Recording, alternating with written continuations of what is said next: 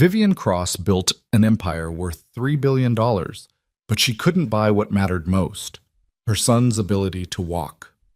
For 18 months, the world's best doctors failed where a minimum wage janitor succeeded.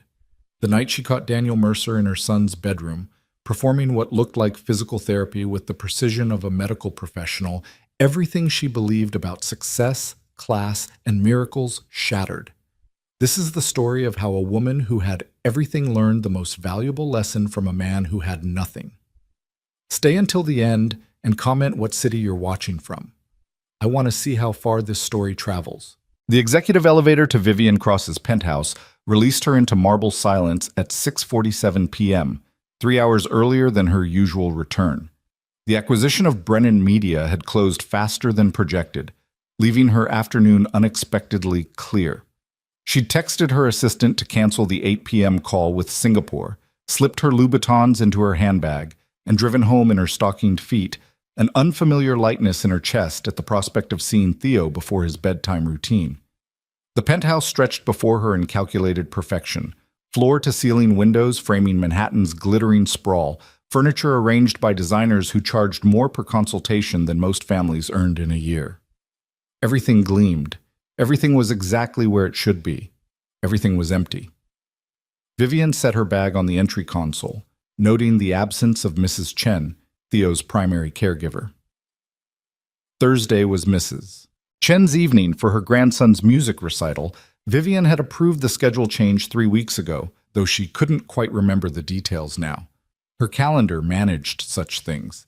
She moved through the living room, her feet silent on imported Italian tile, and that's when she heard it, laughter, not the polite, careful sounds that usually emanated from Theo's wing of the penthouse, but genuine, bubbling, unrestrained joy. The kind of laughter she'd heard in videos of her son from before the accident, before the 18 months of hospitals and experimental treatments and incremental disappointments. Vivian's breath caught. She moved toward the sound, her heart performing strange acrobatics in her chest. Theo's door stood slightly ajar, warm light spilling into the hallway. Vivian approached slowly, something between hope and fear tightening in her throat. She'd learned not to hope too much, not after Dr. Weinstein's last assessment, after the specialist from Johns Hopkins had used phrases like significant limitations and realistic expectations. She peered through the gap in the doorway and froze. The scene before her made no sense. Her 6-year-old son lay on the specialized therapy mat she'd had custom-made in Germany, $14,000 of orthopedic engineering. But it wasn't Dr. Patel's recommended exercises Theo was performing, and it wasn't Mrs. Chen guiding him. It was Daniel Mercer, the janitor. He knelt beside Theo, one hand supporting the boy's left leg at the knee, the other beneath his ankle. Daniel's movements were precise, controlled, rotating Theo's leg through a range of motion that looked both gentle and purposeful. He counted softly. 3, 4. Good. That's perfect. Buddy, 5. And Theo giggled as Daniel made exaggerated faces with each number. Does that hurt anywhere? Daniel asked, his voice carrying a warmth that seemed to fill the room. Nope, Theo chirped. It feels funny, like tingly. That's the blood flow increasing. Your muscles are waking up. Daniel shifted his grip, his fingers finding new positions along Theo's calf with obvious intention. We're reminding them what they're supposed to do. Vivian's mind reeled. Daniel Mercer was 42 years old according to his employment file. She'd reviewed it personally when the housekeeping agency had sent him 3 months ago. High school diploma. No college listed. Previous employment at commercial cleaning companies, a brief stint in building maintenance. References described him as reliable, quiet, and thorough. Nowhere in his file did it mention medical training, yet he moved like someone who'd spent years studying anatomy. His hands found pressure points and muscle groups with confidence. He used terminology, blood flow, muscle memory, range of motion, that she'd only heard from the parade of specialists she'd hired. Okay, other side, Daniel said, and Theo cooperatively shifted his position. Daniel? Theo's voice dropped to a stage whisper. Do you think I'll be able to run someday? The question stabbed Vivian in the chest. Theo had stopped asking her that question 4 months ago, after she'd tried to explain progressive improvement and manageable goals in terms a 6-year-old could understand. She'd watched hope fade from his eyes, replaced by a resignation that no child should carry. Daniel didn't answer immediately. He continued the rotation exercise, his expression thoughtful. When he finally spoke, his voice was steady and honest. "I think your body is stronger than anyone's given it credit for, Theo. I think you've got more fight in you than most adults I know. Will you run? I don't know. But I know that 3 weeks ago, you couldn't hold this position for more than 5 seconds, and now you're at 20. That's not nothing. That's your muscles learning, your body remembering."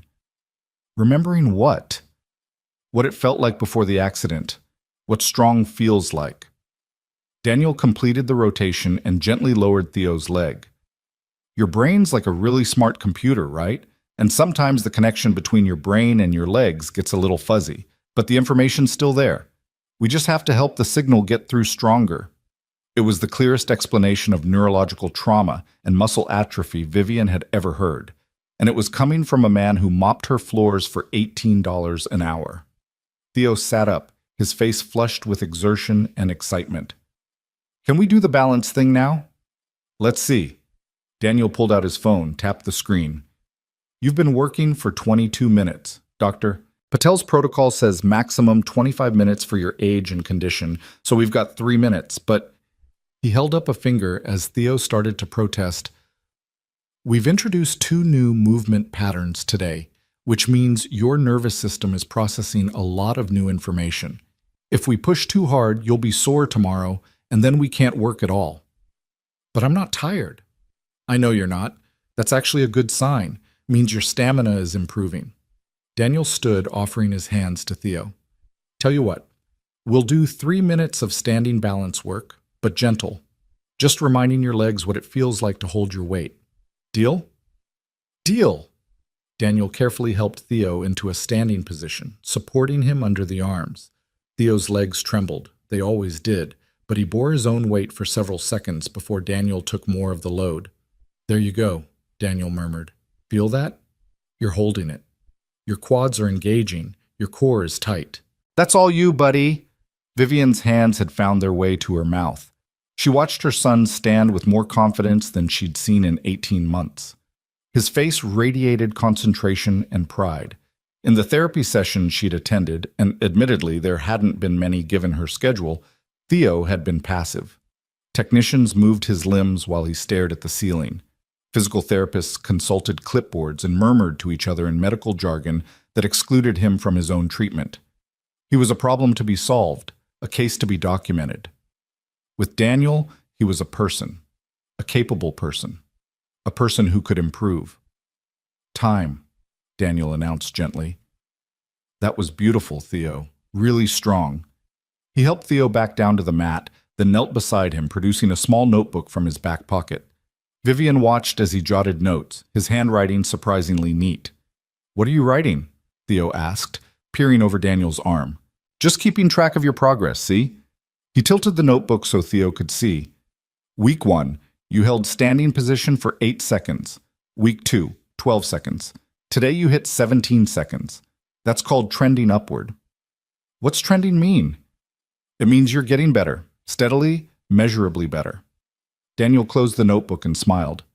"Pretty cool, right?" Theo's grin could have powered the city. Really cool. "Okay, let's get you transitioned for rest time. Your body does a lot of healing while you sleep, so we want to make sure you're positioned right." Vivian watched as Daniel carefully helped Theo into his specialized wheelchair, a device that had cost more than Daniel probably earned in 3 months. But Daniel's hands moved over it with familiarity, adjusting the leg supports, checking the safety restraints, positioning Theo's spine with attention to ergonomic detail. "Daniel?" Theo's voice had gone soft, almost shy. "Yeah, buddy? You're my favorite person who helps me." Something flickered across Daniel's face, emotion quickly controlled, but Vivian caught it. Pride mixed with sadness, mixed with determination. "You're pretty high on my list, too," Daniel said quietly. He squeezed Theo's shoulder. "Now, Mrs. Chen should be back soon, And I need to finish the third-floor hallway before Mr. Davidson complains about streaks on the windows again. Theo giggled. Mr. Davidson complains about everything. He's got high standards, nothing wrong with that. Daniel stood, stretching his back. I'll see you Tuesday, okay? And remember what we talked about. Practice my ankle rotations, drink lots of water, and tell Mrs. Chen if anything hurts, Theo recited dutifully. Perfect. You got it. Vivian stepped back from the door as Daniel moved toward it, her heart hammering. She pressed herself against the hallway wall, hoping the shadows would conceal her, watching as Daniel emerged from Theo's room. He paused to pull the door nearly closed, leaving it open just enough for light and sound to travel, exactly as Mrs. Chen always positioned it. Then he walked past Vivian's hiding spot without seeing her, his footsteps quiet on the tile, a canvas supply bag slung over his shoulder. She caught a glimpse of his profile, a strong jawline shadowed with end-of-day stubble, eyes tired but kind, the face of a man who'd worked a full day and was nowhere near finished. She should confront him, immediately. This was her son, her home, her extremely expensive medical care being, what? Usurped, supplemented, undermined? She should demand explanations. She should call the agency and report this massive overreach of duties. She should... But Theo had been laughing, really laughing, and standing, holding his own weight for 17 seconds, nearly twice what he'd achieved in his last professional therapy session. Vivian waited until she heard the service elevator engage, then moved to Theo's door. Mom? Theo's voice carried surprise and joy in equal measure. You're home early. She entered his room, arranging her face into what she hoped was a normal expression. The Singapore call got moved. I thought I'd come check on my favorite person. Theo beamed at her, and Vivian's heart ached at how rare these moments had become. When had she started measuring her son's childhood in quarterly reports and board meetings? Guess what? Theo said eagerly. I stood for 17 seconds today. That's my new record. That's wonderful, sweetheart. Vivian moved closer, perching on the edge of his bed. Her eyes took in the room with new attention. The therapy mat arranged just so. Resistance bands hung at precise heights on a custom frame that definitely hadn't been there last month. A chart on the wall tracking something called range of motion progress in handwriting she now recognized as Daniel's. Did Dr. Patel try a new technique, sup? She asked carefully. Dr. Patel comes on Mondays and Wednesdays, Theo said matter-of-factly. Daniel does the fun exercises. He knows different stuff. What kind of different stuff? Theo scrunched his face, thinking. Like, Dr. Patel does the stretches from the book, but Daniel does stretches that help the stretches work better. He says sometimes the medical way and the practical way need to talk to each other. Vivian absorbed this. And Daniel has been helping you for how long? Since Mrs. Chen's back got hurt trying to lift me. Theo said this without any particular emphasis, as though it were common knowledge. She was crying, Mom. Her back really hurt. Daniel heard her and came to help, and he showed her this better way to help me move from the chair to the bed. And then he asked if he could show me some exercises his wife used to do with kids like me. His wife? She died. She was a therapist for kids who have trouble walking. Daniel knows all the stuff she taught him. Theo's expression grew solemn. He misses her a lot.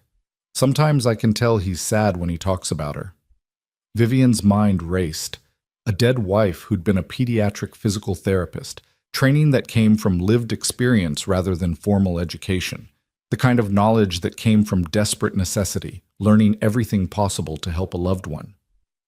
Does Mrs. Chen know Daniel's been helping you? Uh-huh. She thinks he's really good. She says his hands have healing in them. Theo yawned suddenly, the exertion of his session catching up with him. Mom, can we have breakfast together tomorrow before you go to work?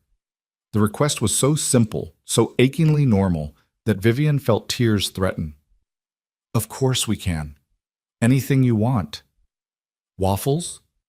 Waffles it is. She stayed with him until his breathing evened into sleep, watching the rise and fall of his small chest, the peaceful expression on his face. Her brilliant boy. Her brave boy. Her boy who'd been dealt such a cruel hand by fate. A drunk driver running a red light, 5 seconds of impact that had changed everything. The doctors had been cautiously optimistic at first. Significant trauma to the lumbar spine, but no complete severance. With therapy, time, and youth on his side, Theo should regain most function. But should had become might, had become unlikely, as the months dragged on and Theo's progress plateaued. Vivian had thrown money at the problem. The best specialists, experimental treatments, a home therapy setup that rivaled professional rehabilitation centers. She'd restructured her entire top floor to be ADA compliant, hired round-the-clock care, flew in experts from 3 continents, and a janitor with no formal credentials was getting better results. She left Theo's room and went directly to her home office, a space dominated by minimalist design and ruthless efficiency. Her computer woke at her touch, facial recognition granting instant access. She pulled up the building's security footage, her fingers flying across the keyboard. The system was sophisticated. She'd insisted on it. Cameras covered every hallway, every entrance, every common area. She found the footage from Theo's room, technically illegal to record in private spaces, but she justified it as medical monitoring and began scrolling backward. 3 days ago, Daniel entering Theo's room with Mrs. Chen's blessing, carrying what looked like homemade equipment, wooden boards, resistance bands, foam padding. The session that followed showed the same careful attention she'd witnessed tonight, 1 week ago. Daniel arriving early before his shift started to adjust the frame he'd built for Theo's resistance bands. He'd measured angles with a protractor, checking and rechecking before securing anything. 2 weeks ago. A session where Theo had grown frustrated, nearly crying, saying his legs wouldn't work and would never work. Daniel sitting on the floor beside him, not offering empty platitudes, just presence. Then quietly, "My daughter can't talk much. Her brain works different than most kids. And you know what I learned? Different doesn't mean broken. It means we haven't found the right way yet." Vivian watched her son's face transform, frustration giving way to tentative hope. She scrolled further back. 3 months of footage. Daniel always arriving with permission, always professional, always documenting his work. Mrs. Chen hovering at first, then gradually trusting, then actively supporting. Theo's progression visible even in the grainy security footage. More movement, more confidence, more joy. And through it all, Daniel Mercer, a man whose employee file listed his job as sanitation and maintenance, performing what looked remarkably like expert-level pediatric physical therapy. Vivian sat back in her chair, her empire of glass and steel glittering beyond her windows. She'd built Cross Industries from the ground up, surviving boardroom battles and hostile takeovers, earning her reputation as one of the most formidable businesswomen in New York. She'd developed an instinct for people, who to trust, who to fire, who to watch. But she'd completely missed the person helping her son. The question was, what did she do now? Her instinct, the one that had served her so well in business, screamed to investigate, to verify, to control the situation. Daniel Mercer was an unknown variable in her son's care, and unknown variables were dangerous. He could be a liability. He could be unqualified. He could be, despite all appearances, causing harm she wasn't educated enough to recognize. But Theo had laughed tonight, really laughed, and stood for 17 seconds, which was, she opened another browser window, pulling up the detailed logs Dr. Patel's office provided, exactly 8 seconds longer than his previous record, set 2 months ago. Vivian pulled out her phone and scrolled through her contacts until she found Dr. Elizabeth Patel's personal cell. The neurologist answered on the second ring. "Vivian, is everything all right with Theo?" "Yes." "No, I'm not sure." Vivian paced her office, organizing her thoughts. "I need you to tell me something honestly. Theo's progress, has there been any change in the last few months?" A pause. Papers rustling. "Actually, yes. I was planning to discuss it at our next quarterly review. Theo's shown marked improvement in several key areas. His muscle tone has increased, his range of motion is expanding, and most surprisingly, his proprioception, his body's awareness of itself in space, has improved significantly." What would cause that kind of improvement? Consistent, targeted therapy combined with age-appropriate developmental growth. The human body, especially a young one, can surprise us. Dr. Patel's voice warmed with professional excitement. "Theo's case has always been promising, Vivian. The trauma was significant, but not insurmountable. With proper care..." "What kind of proper care? Be specific." Another pause, this one more puzzled. Range of motion exercises targeting the affected muscle groups. Proprioceptive training. Gentle strength building. The protocol I outlined months ago, which I understood was being followed diligently by Mrs. Chen and your home therapy team. And if someone without formal training but with extensive practical experience was supplementing that protocol with additional techniques, would that be dangerous? That would depend entirely on the techniques and the person's actual knowledge base. Dr. Patel's voice had gone cautious. Vivian, what's going on? I'm not sure yet, but I need you to come tomorrow, early. I want you to observe Theo's full range of abilities and tell me if there's any indication of improper treatment or potential harm. Of course, I can be there by 8. Thank you, Elizabeth. Vivian ended the call and returned to the security footage, watching Daniel Mercer guide her son through exercises with the patience of a saint and the precision of a trained professional. Who was this man, and why was someone with his obvious skill set cleaning buildings for minimum wage? She opened a new browser window and began to search. Daniel Mercer wasn't a particularly unique name, but combined with New York City and cross-referenced with the employment application she pulled from her files, she started to build a picture. Obituaries first. Sarah Mercer, age 37, survived by husband Daniel and daughter Lila. Pediatric physical therapist specializing in neurological development disorders. In lieu of flowers, donations to the Children's Mobility Foundation. The obituary was 3 years old. Vivian kept searching. A few social media accounts, barely maintained. Photographs of Daniel with a bright-eyed woman and a serious-looking little girl. The last posts were condolence messages, friends expressing sympathy, other therapists praising Sarah's work. Then, nothing. Digital silence, as though Daniel had withdrawn from the online world entirely. She found one more thing, a LinkedIn profile, last updated 4 years ago. Daniel Mercer, Bachelor of Science in Exercise Physiology from Hunter College. Certifications in Pediatric Care Assistance and Special Needs Support. Employment history working alongside his wife at a private therapy practice specializing in developmental disorders. And then a gap. 3 years of nothing professionally documented. Just the employment history Vivian had in her files. Janitorial work, building maintenance, jobs that required no interview panel or credential verification. A man had lost his wife and walked away from a profession he'd built with her. Then somehow ended up cleaning buildings, including the one where a little boy desperately needed the exact skills he'd spent years developing. Coincidence? Fate? Vivian didn't believe in fate. She believed in patterns, in cause and effect, in the strategic application of resources to achieve desired outcomes. But she'd also just watched her son stand and laugh and hope, all because a janitor with a dead wife's training had decided to help. Her phone buzzed. A text from her COO about the Tokyo merger, another from her assistant about tomorrow's schedule, a reminder that she had a 6 a.m. call with London. The empire never slept.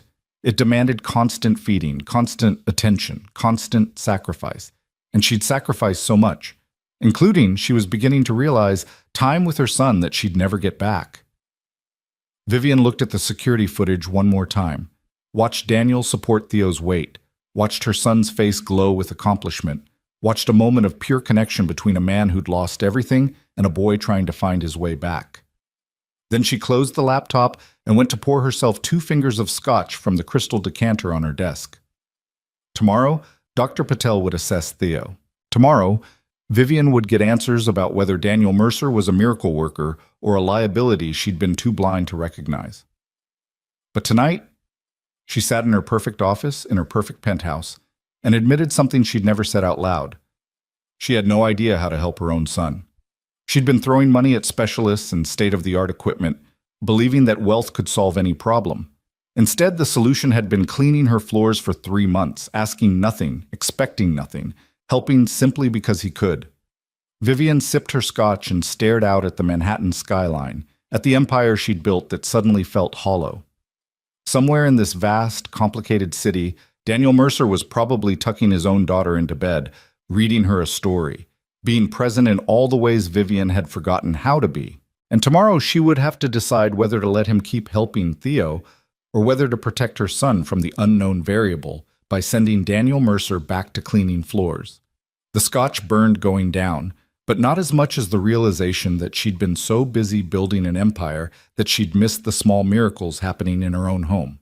Dr. Elizabeth Patel arrived at 7:53 a.m., 7 minutes early, carrying her medical bag and the kind of focused expression that made her one of Manhattan's most sought-after pediatric neurologists.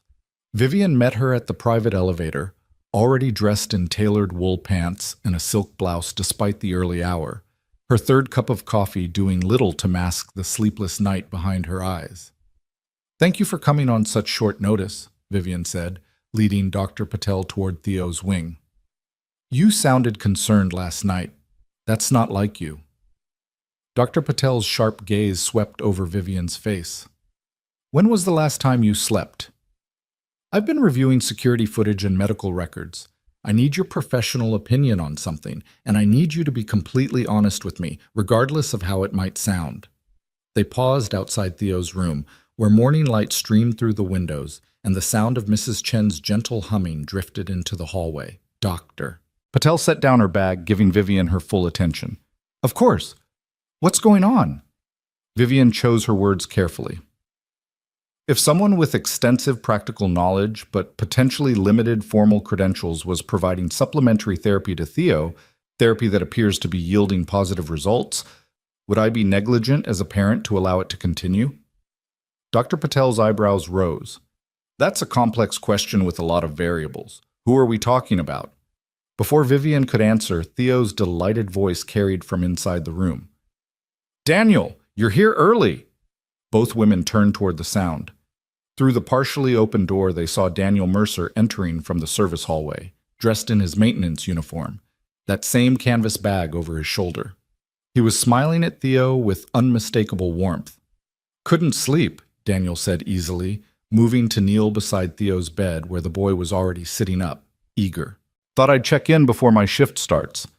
How are you feeling this morning? Any soreness from yesterday?" "A little in my knees, but Mrs. Chen did the ice like you said." "Good man. That's exactly right." Daniel glanced at Mrs. Chen, who nodded confirmation. "That soreness means your muscles are rebuilding. It's supposed to happen."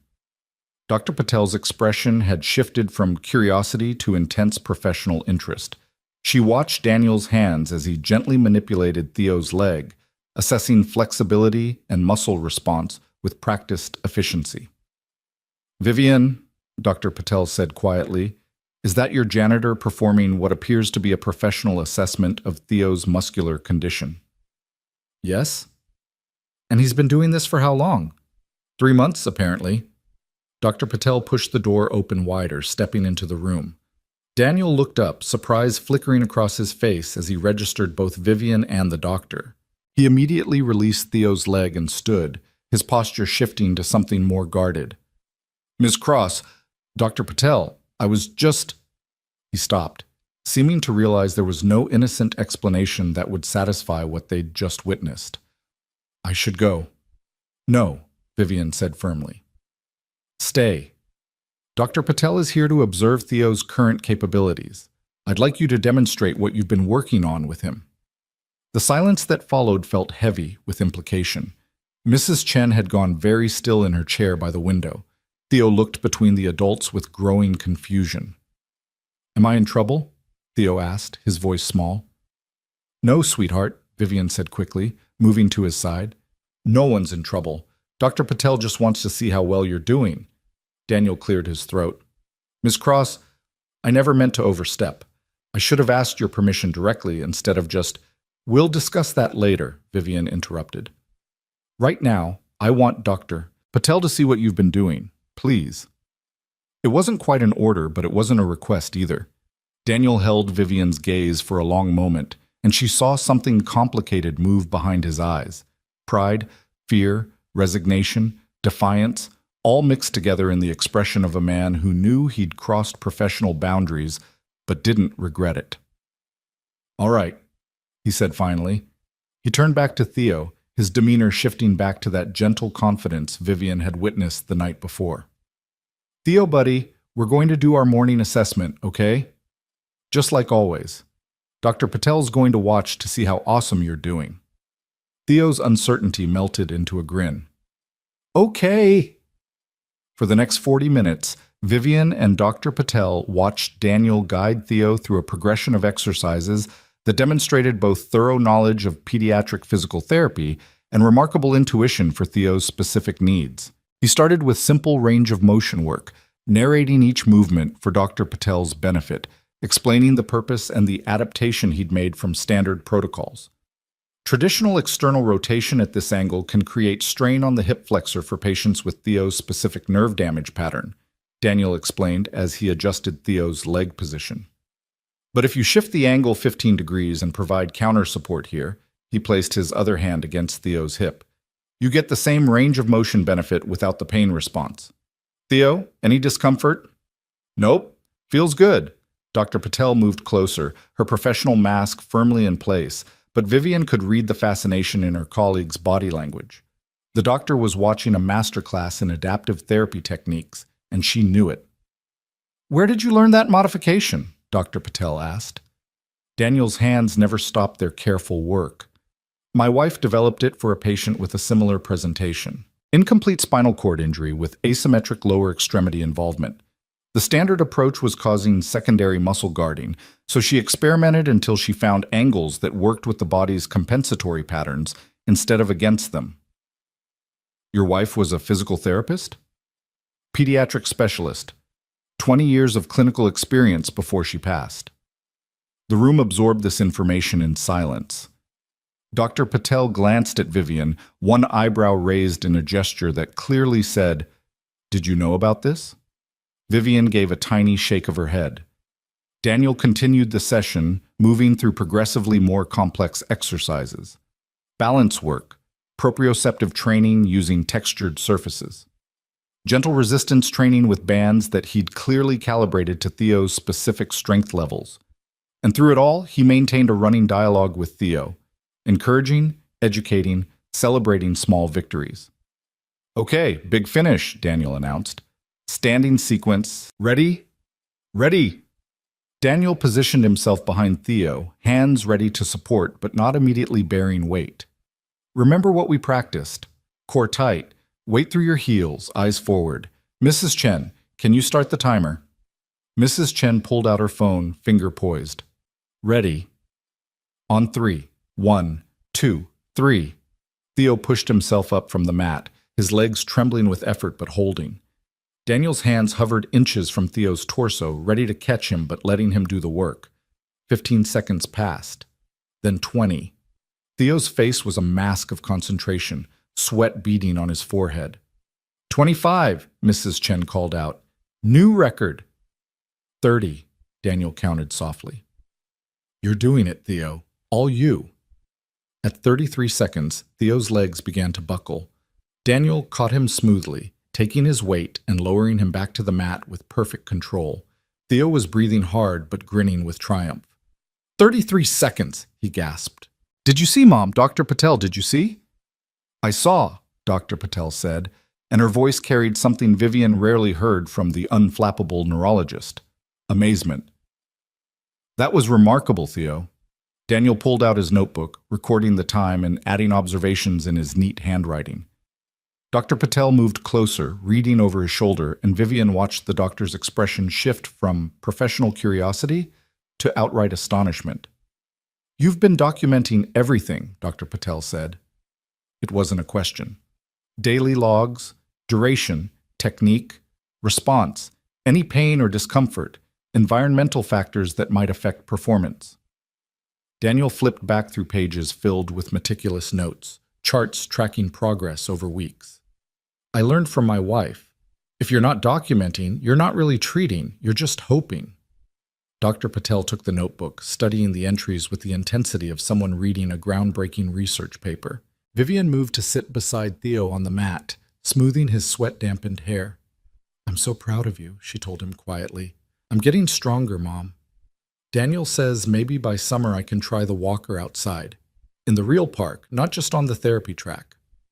The therapy track. Another thing Vivian had paid a fortune for.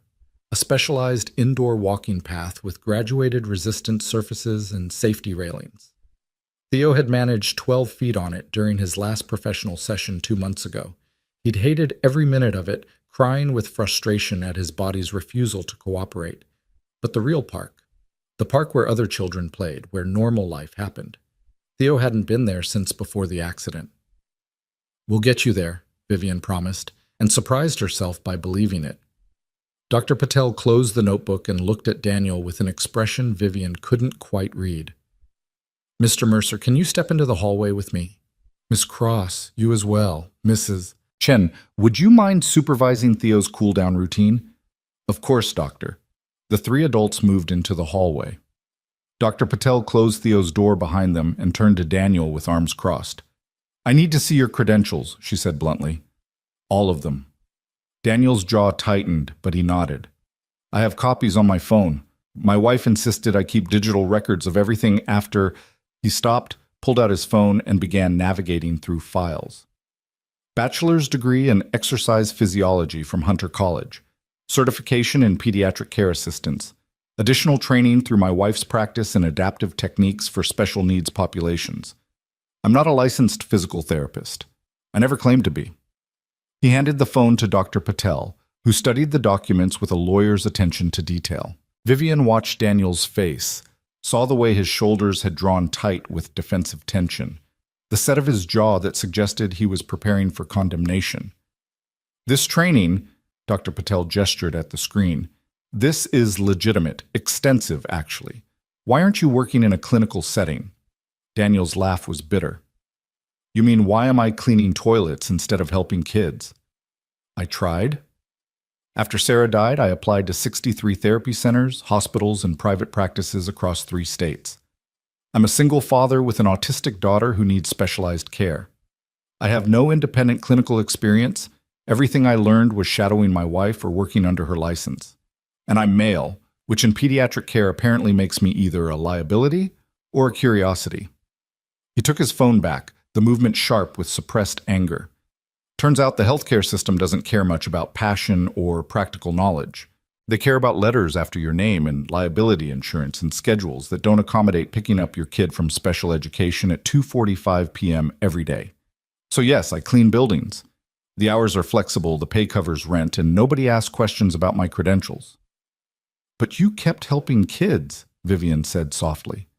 "I volunteered where I could, community centers, support groups, places that couldn't afford to be picky about credentials." Daniel's expression softened slightly. "And then I met Mrs. Chen, who had a patient who needed help. So I helped." Dr. Patel was quiet for a long moment, studying Daniel with clinical assessment. "What you're doing with Theo, it's working. His improvement over the past 3 months is documented in my own records, though I attributed it to the formal protocol. But watching you just now, seeing your technique and your documentation," she paused. "You're as good as half the licensed therapists I know, better than some." "Thank you," Daniel said carefully. "However," Dr. Patel's tone sharpened, "you're operating in a legal gray area. If Theo were injured during one of your sessions, Ms. Cross would be liable, Mrs. Chen would be liable, and you would be criminally liable for practicing without proper licensure.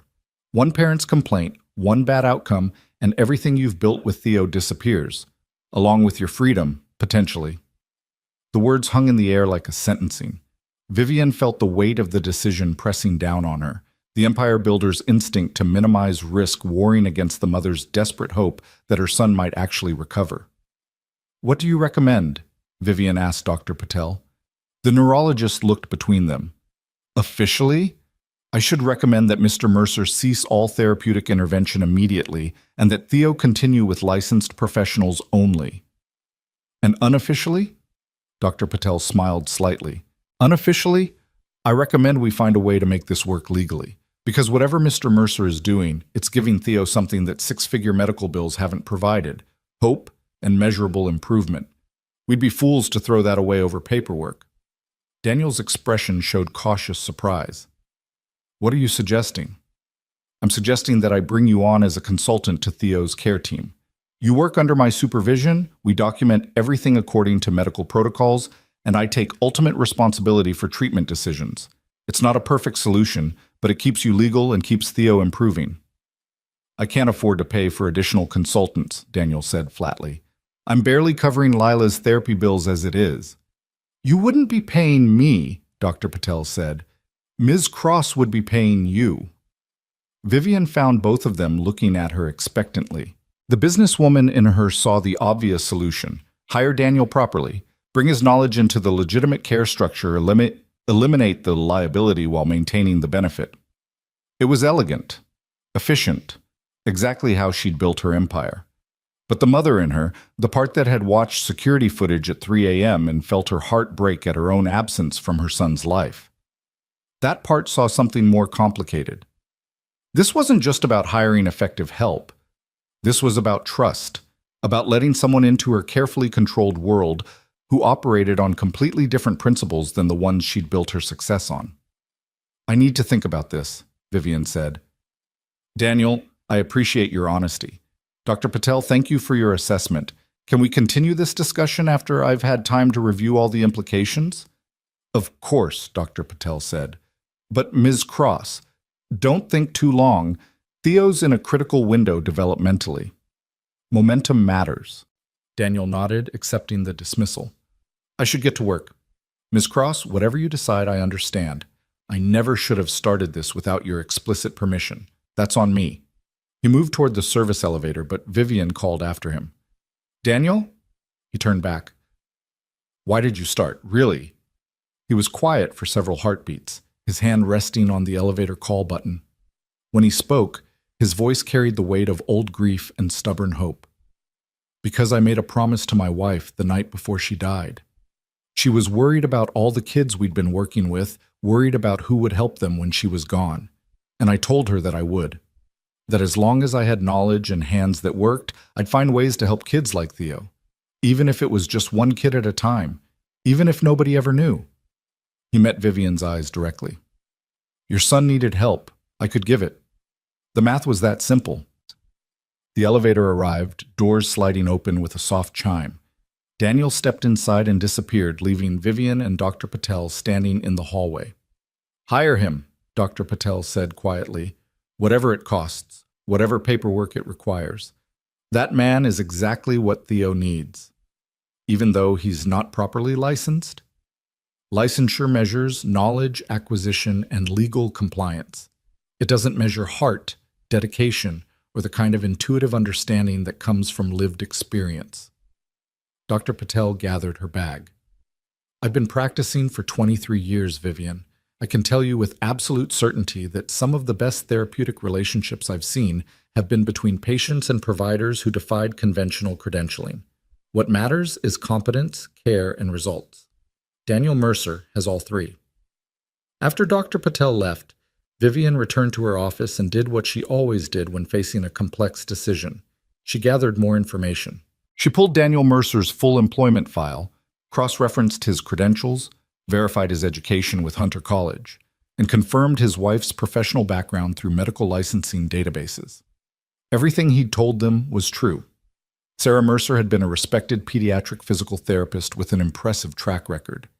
Daniel had indeed earned his degree and certifications, though his work experience was entirely under his wife's clinical supervision. The timeline matched Sarah's death 3 years ago, followed by Daniel's disappearance from professional life. Then Vivian did something she rarely allowed herself to do. She stopped researching and started remembering. 18 months ago, in the sterile hallway of Mount Sinai Hospital, a doctor had explained that Theo's recovery would require not just medical intervention, but emotional support, patience, and unwavering belief in his potential. Vivian had nodded, written notes on her tablet, and immediately begun researching the best specialists money could buy. She'd approached her son's trauma the way she approached everything, as a problem to be solved through strategic resource allocation. And she'd failed. Not because she'd chosen wrong specialists or inadequate equipment, but because she'd missed the essential human element that Daniel Mercer had provided without even being asked. Her intercom buzzed. Ms. Cross, your 9 o'clock is here. Vivian glanced at her schedule. The Dubai investors. She'd completely forgotten. Tell them I need to reschedule, something urgent with my son. Shall I suggest an alternative time? Next week, and clear my afternoon. I have personal business to attend to. There was a notable pause. In 12 years, Vivian had never voluntarily cleared her schedule for personal reasons. Yes, Ms. Cross. I'll handle it. Vivian made 3 phone calls. The first was to her attorney, requesting immediate consultation on employment law and liability coverage for medical consultants.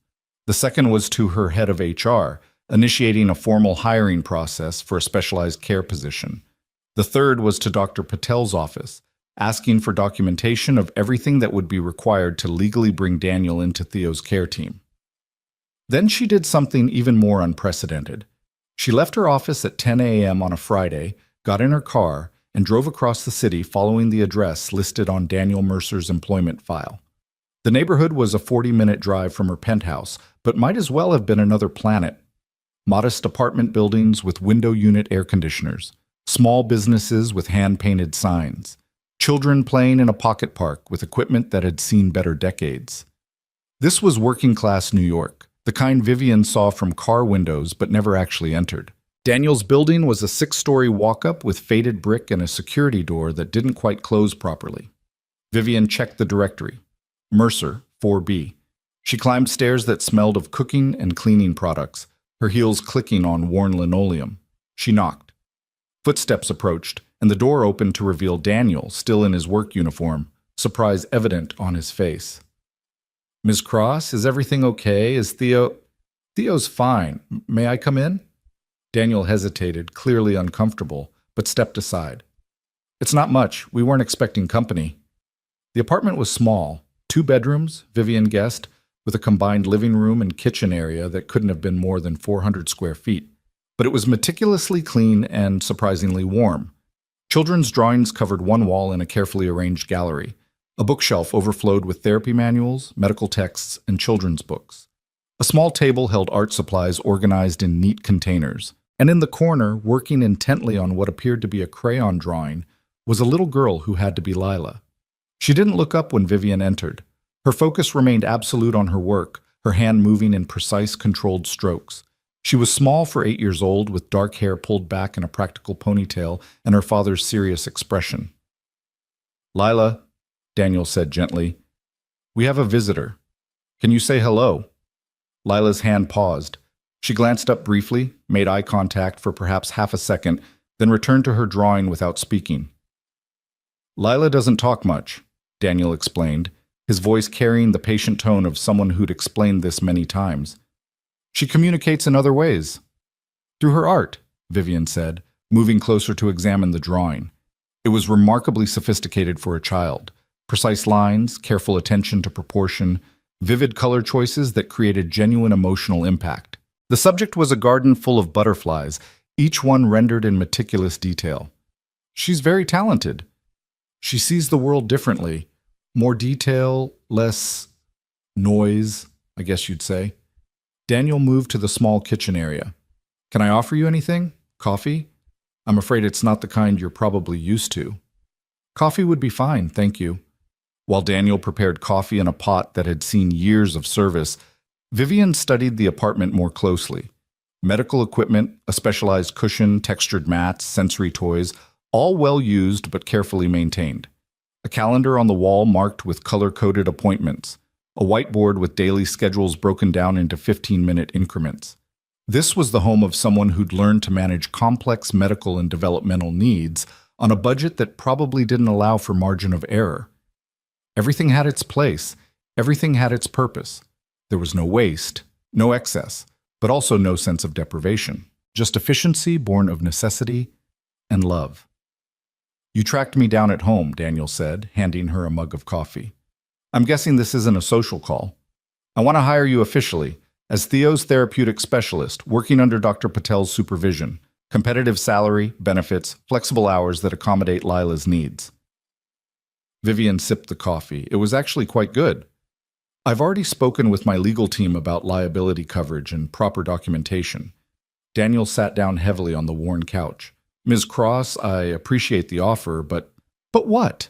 This solves every problem you mentioned. You'd be working legitimately in your field, using your knowledge and skills, helping Theo. What's the objection?" "The objection is that I know how this works. You hire me, pay me well, and suddenly I owe you.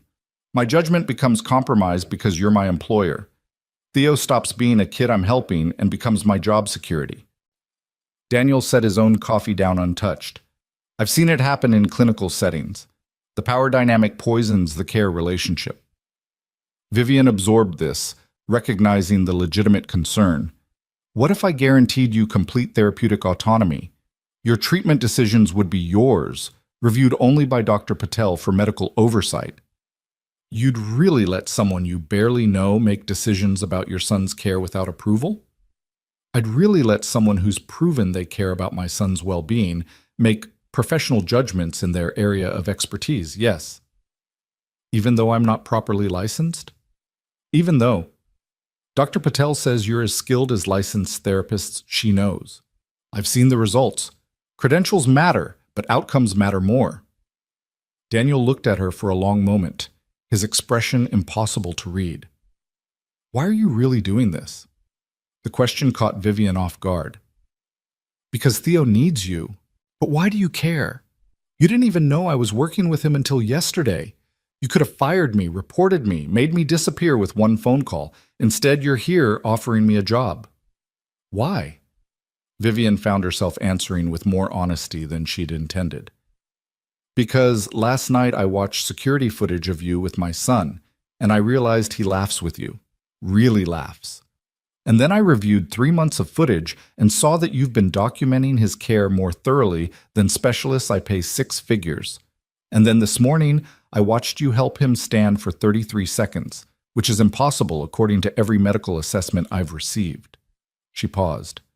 And because somewhere in all of that, I realized that I've been so focused on managing my son's disability that I forgot to celebrate his abilities. You remembered. So yes, I'm here offering you a job because I'm finally admitting that I need help giving my son what money can't buy. The silence stretched between them. From the corner, the soft scratch of Lila's crayon provided the only sound. I need to think about it, Daniel said finally. This isn't just about me. Lila's routine, her stability, I can't disrupt that without careful planning. I understand. Take whatever time you need. Can I ask you something? Daniel's voice was quieter now. Last night, when you saw me with Theo, were you angry?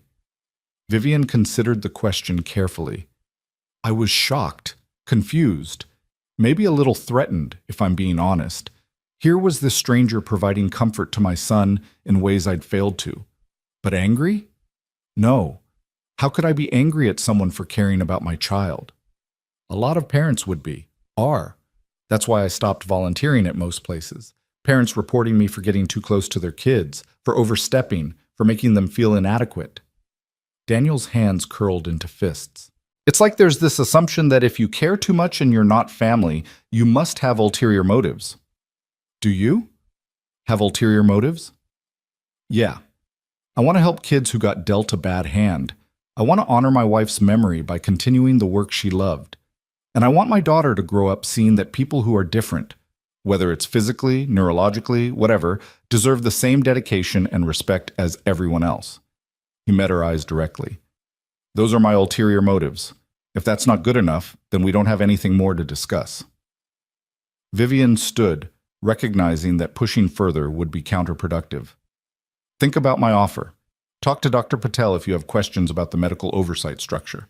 And Daniel? She pulled out her business card, writing her personal cell number on the back. This isn't my assistant's number. It's mine. Use it if you need anything, regardless of whether you accept the position. She moved toward the door, then paused beside Lila, who was adding final touches to her butterfly garden. Your drawing is beautiful, Lila. Thank you for letting me see it.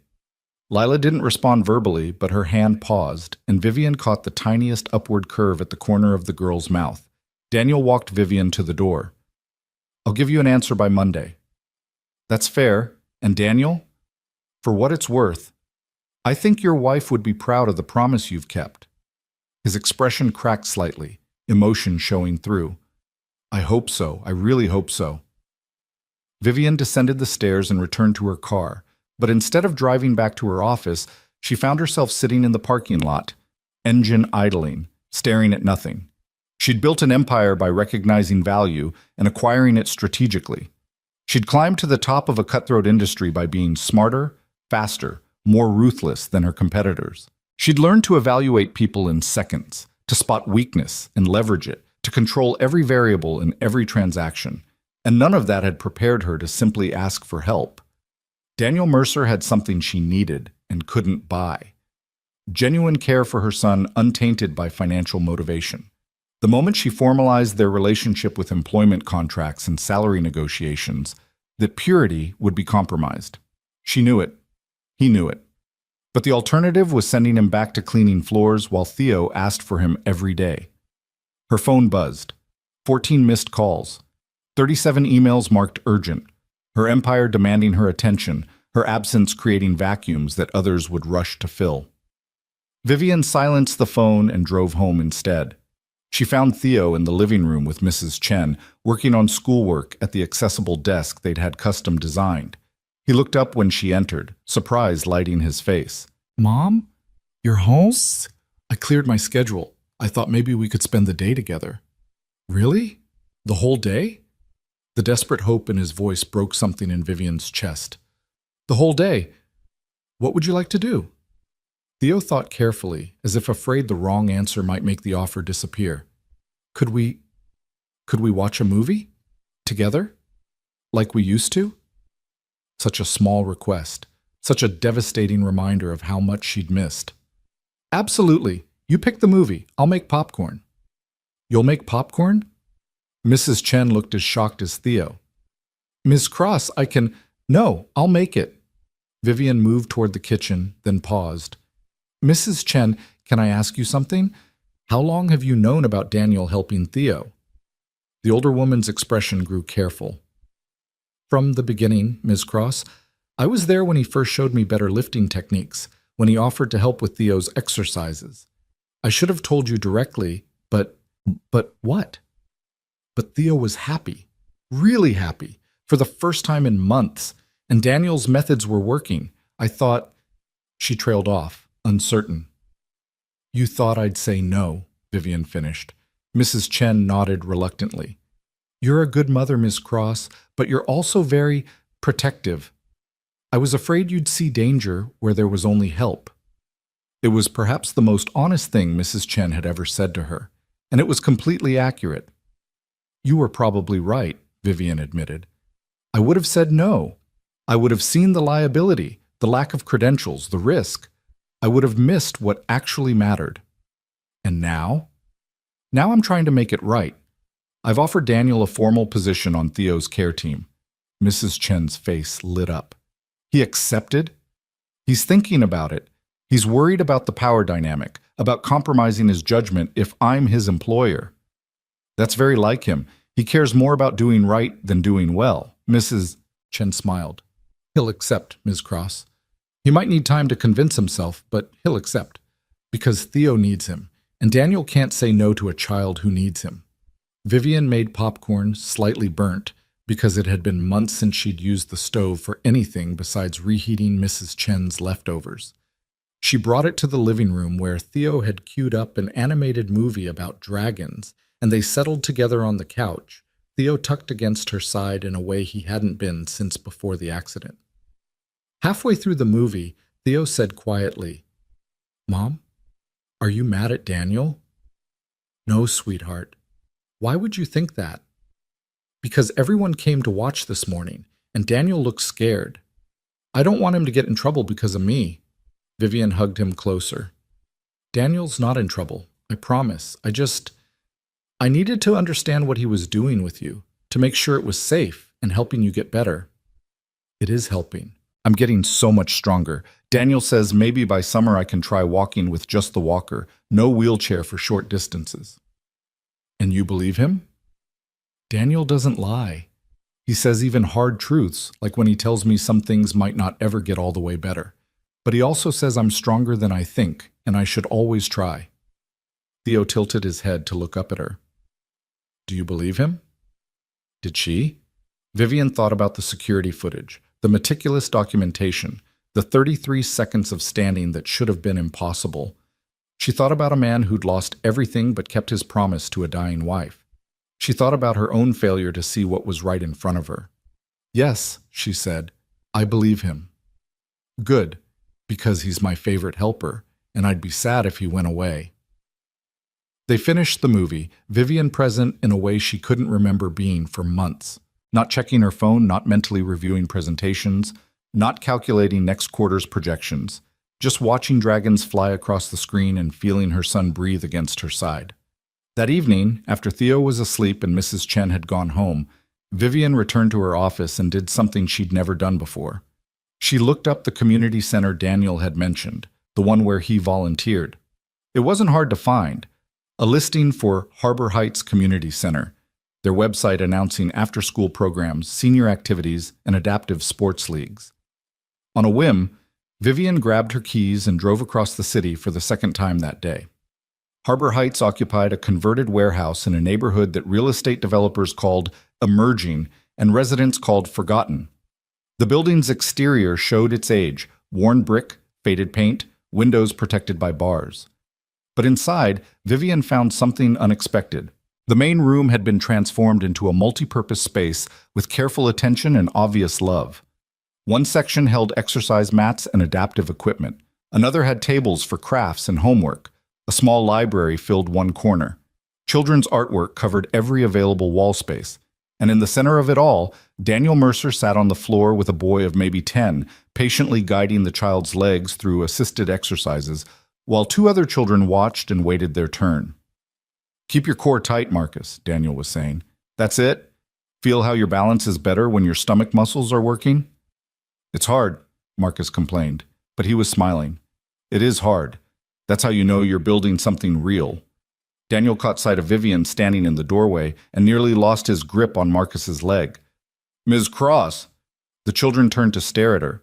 Vivian suddenly felt overdressed in her tailored suit and designer shoes, acutely aware that she didn't belong in this space. "I'm sorry to interrupt. I was just curious."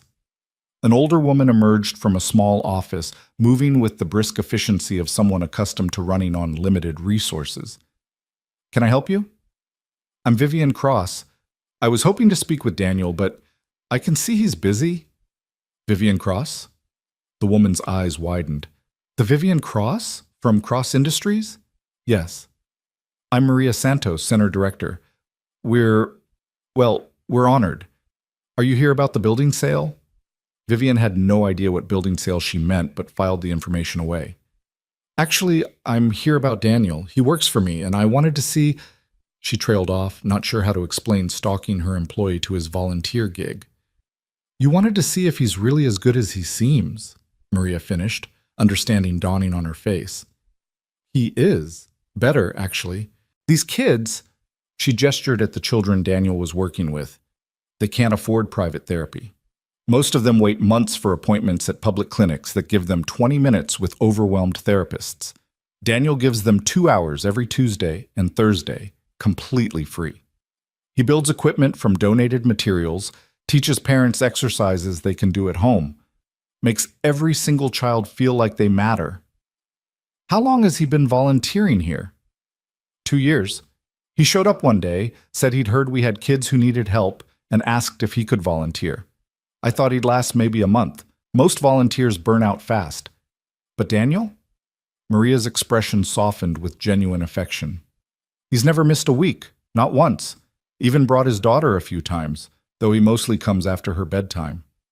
Vivian watched Daniel help Marcus to his feet, celebrating the boy's improved balance, then immediately turn attention to the next waiting child. He moved with the same care and precision she'd seen with Theo, giving each child his complete focus. "He told me he made a promise to his wife," Vivian said quietly. "Sarah. She used to volunteer here too, before she got sick. They were a team. She'd handle the complex cases, he'd support and assist. After she died, I thought we'd lost both of them. But Daniel came back, said he couldn't let Sarah's work die with her." Maria wiped at her eyes. "These kids, Miss Cross, they're invisible to most people. Too poor, too complicated, too time-consuming. But Daniel sees them, every single one." "Teacher Daniel," one of the children called. "Can you help me with the new exercise?" "Be right there, Jen." He turned to Vivian, his expression uncertain. "Did you need to talk to me? I can take a break." "No, don't interrupt for me. Vivian struggled to find words. "I just wanted to understand better. Who you are. What drives you. Daniel glanced at the children waiting for him, then back at Vivian. Something in his expression shifted, became more determined. I'm a father who lost his partner. I'm a person with knowledge that can help people. And I believe that if you can do something to make someone's life better, and you choose not to, you're complicit in their suffering. That's who I am, Miss Cross. That's what drives me. Now, if you'll excuse me, these kids don't have all night. He returned to his work, and Vivian stood watching for another 20 minutes, seeing her employee, her janitor, her liability, her unexpected answer, give of himself with no expectation of recognition or reward. This was who she'd be bringing into her son's life officially. This man who cleaned buildings by day and performed miracles by night. This man who kept promises to the dead and saw value in the invisible. This man who was making her question everything she'd built her empire on. Maria appeared at her elbow. You said something about a building sale? I have no idea what you're referring to. Ah, then you should know. We're losing this space. The building's been sold to a developer who's converting it to luxury condos. We have until June to find a new location, which realistically means we're closing. There's nowhere else in this neighborhood we can afford. Vivian processed this information with the quick calculation that had made her fortune. How much would it cost to buy the building? Maria laughed, but it was bitter. More than a community center operating on bake sales and grant scraps could ever afford. Why? Just curious. Vivian pulled out her phone and made a note. What's the address here? After she left the community center, Vivian made one more stop before heading home. She drove to the cemetery listed in Sarah Mercer's obituary, finding it despite the late hour. The gates were locked, but she could see through the bars to the modest headstones beyond. She stood there in the dark, thinking about a woman she'd never met who dedicated her life to helping children others had given up on. Thinking about the man who'd loved her enough to carry on her work at great personal cost. Thinking about the promise that had led Daniel Mercer to her son's bedside. Her phone rang. Her COO calling about the Tokyo merger. For the first time in her professional life, Vivian didn't answer. She silenced the phone and drove home through Manhattan's glittering night, her mind full of the day's revelations. When she finally crawled into bed at midnight, exhausted in a way that had nothing to do with work, her phone buzzed one last time. A text from an unknown number. I'll accept your offer. For Theo. But we do this right. Full documentation, medical oversight, no shortcuts. And if at any point I think the employment relationship is compromising the care relationship, I walk. No hard feelings, no legal complications. Those are my terms. Danielle? Vivian read the message 3 times, then typed her response. Agreed. We do this right. Welcome to the team. She set the phone aside and stared at her ceiling, thinking about a little boy who'd learned to stand for 33 seconds, and the man who'd taught him it was possible. Tomorrow she'd call her lawyers and start the paperwork. Tomorrow she'd begin restructuring Theo's care team to include Daniel officially. But tonight, she just lay in the dark and admitted to herself that somewhere in the past 48 hours, her carefully controlled world had tilted on its axis. And for the first time in 18 months, she felt something that had been missing since a drunk driver had stolen her son's ability to walk. She felt hope. The paperwork took 2 weeks to finalize. Contracts reviewed by 3 separate attorneys, liability insurance secured through specialized medical malpractice carriers, formal protocols established with Dr. Patel's neurological practice serving as the supervising medical entity. Vivian's HR department had never processed a hire quite like Daniel Mercer.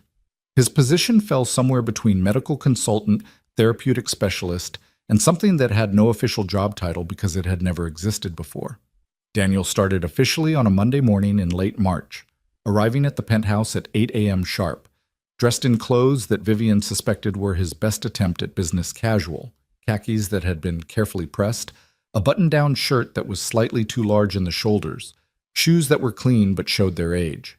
He carried the same canvas bag she'd seen him use for months, now supplemented with a proper medical equipment case that Dr. Patel had provided. Vivian met him at the elevator, extending her hand. Welcome officially to the team. Daniel's handshake was firm, his palm calloused from years of manual labor. Thank you for this opportunity, Ms. Cross. I won't let you or Theo down. It's Vivian. We're colleagues now, not employer and janitor.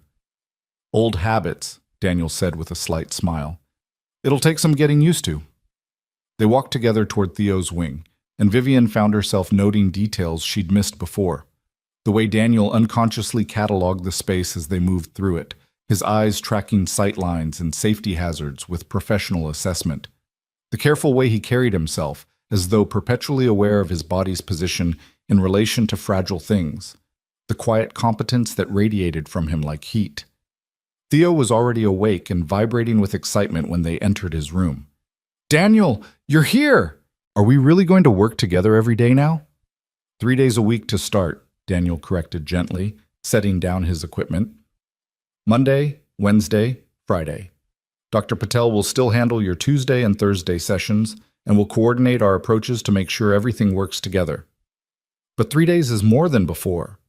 "It is, which means we can work on some bigger goals." Daniel pulled out a notebook, not the worn personal journal Vivian had seen before, but a new professional binder with Theo's name printed neatly on the cover. "I've been putting together a 12-week progression plan. Want to see?" Theo nodded eagerly, and Daniel opened the binder to reveal pages of carefully structured goals, exercises, and milestones. Vivian moved closer to look over his shoulder, impressed despite herself by the level of detail. Each week had specific objectives with measurable outcomes, contingency plans for setbacks, and notes on how to adjust for Theo's response patterns. Week 1 through 4 were focusing on strength building and endurance, Daniel explained, pointing to the relevant sections. "Your standing time has been improving, but we need to make sure your muscles can sustain that effort without fatigue. Week 5 through 8, we start introducing assisted walking with the parallel bars Dr. Patel has approved for installation." He looked up at Vivian. "Those should arrive this week, correct?" "Wednesday," Vivian confirmed. She'd ordered the equipment the day after Daniel accepted her offer, sparing no expense for the adjustable therapeutic walking bars that would give Theo safe support as he relearned ambulation. Perfect. And weeks 9 through 12, if everything goes according to plan, we transition to walker-assisted movement with a goal of independent standing for 60 consecutive seconds. Daniel's finger traced the timeline. "Now, these are goals, not guarantees. Your body gets to decide the actual pace, Theo. We're just giving it the best possible chance to remember what it knows how to do." "What if I can't do it?" Theo asked, his voice small. "What if we try really hard and my legs still don't work right?" Daniel closed the binder and gave Theo his full attention. "Then we adjust the plan. We find what does work and we build from there. But Theo, listen to me. You've already done things the doctors said would take 6 months, and you did them in 3. You've got more fight in you than anyone I've ever worked with. So yeah, we're setting ambitious goals. But I've seen what you can do when you believe in yourself. I'm betting on you, buddy." Theo's expression transformed, doubt giving way to determination. "Okay, let's do it." They began the session, and Vivian stayed to watch, fascinated by the dynamic that had developed between therapist and patient. Daniel pushed Theo, there was no question about that, but he did it with such careful attention to the boy's limits that it never felt cruel or excessive. When Theo struggled, Daniel adjusted. When Theo succeeded, Daniel celebrated but immediately moved to the next challenge, never letting victory become complacency. "Core tight, yes, exactly like that," Daniel encouraged, as Theo held a modified plank position, his body trembling with effort. 15 seconds. You've got this. Breathe through it. 20 seconds. Beautiful. 25. And rest. Theo collapsed onto the mat, breathing hard but grinning. That was longer than last time. 10 seconds longer. That's huge progress. Daniel made notes in the binder, then glanced at Vivian. "Do you want to try the next exercise with us? It works better with 2 supporters." Vivian hesitated. "I don't want to interfere with your professional work." "You're not interfering, you're participating. There's a difference." Daniel stood, offering his hand to help her down to the mat. "Besides, at some point, Theo's going to need to practice these exercises when I'm not here. Better you learn the proper technique now." So Vivian found herself kneeling on the therapy mat beside her son, following Daniel's instructions on how to support Theo's legs during resistance training, where to place her hands to provide stability without taking over the work his muscles needed to do. It was harder than it looked, requiring constant attention and micro-adjustments. "You're doing great," Daniel told her after 15 minutes. "Most parents either over-support basically doing the exercise for their kid, or under support and risk injury. You're finding the balance. I had a good teacher, Vivian said, and was rewarded by Daniel's quick smile. They worked for another 40 minutes before Daniel called time. That's enough for today. We pushed some new boundaries, which means your body needs recovery time, Theo. Mrs. Chen, he should ice his knees for 15 minutes, then the usual stretching routine before bed tonight. Mrs. Chen, who'd been observing from her usual chair, nodded approvingly.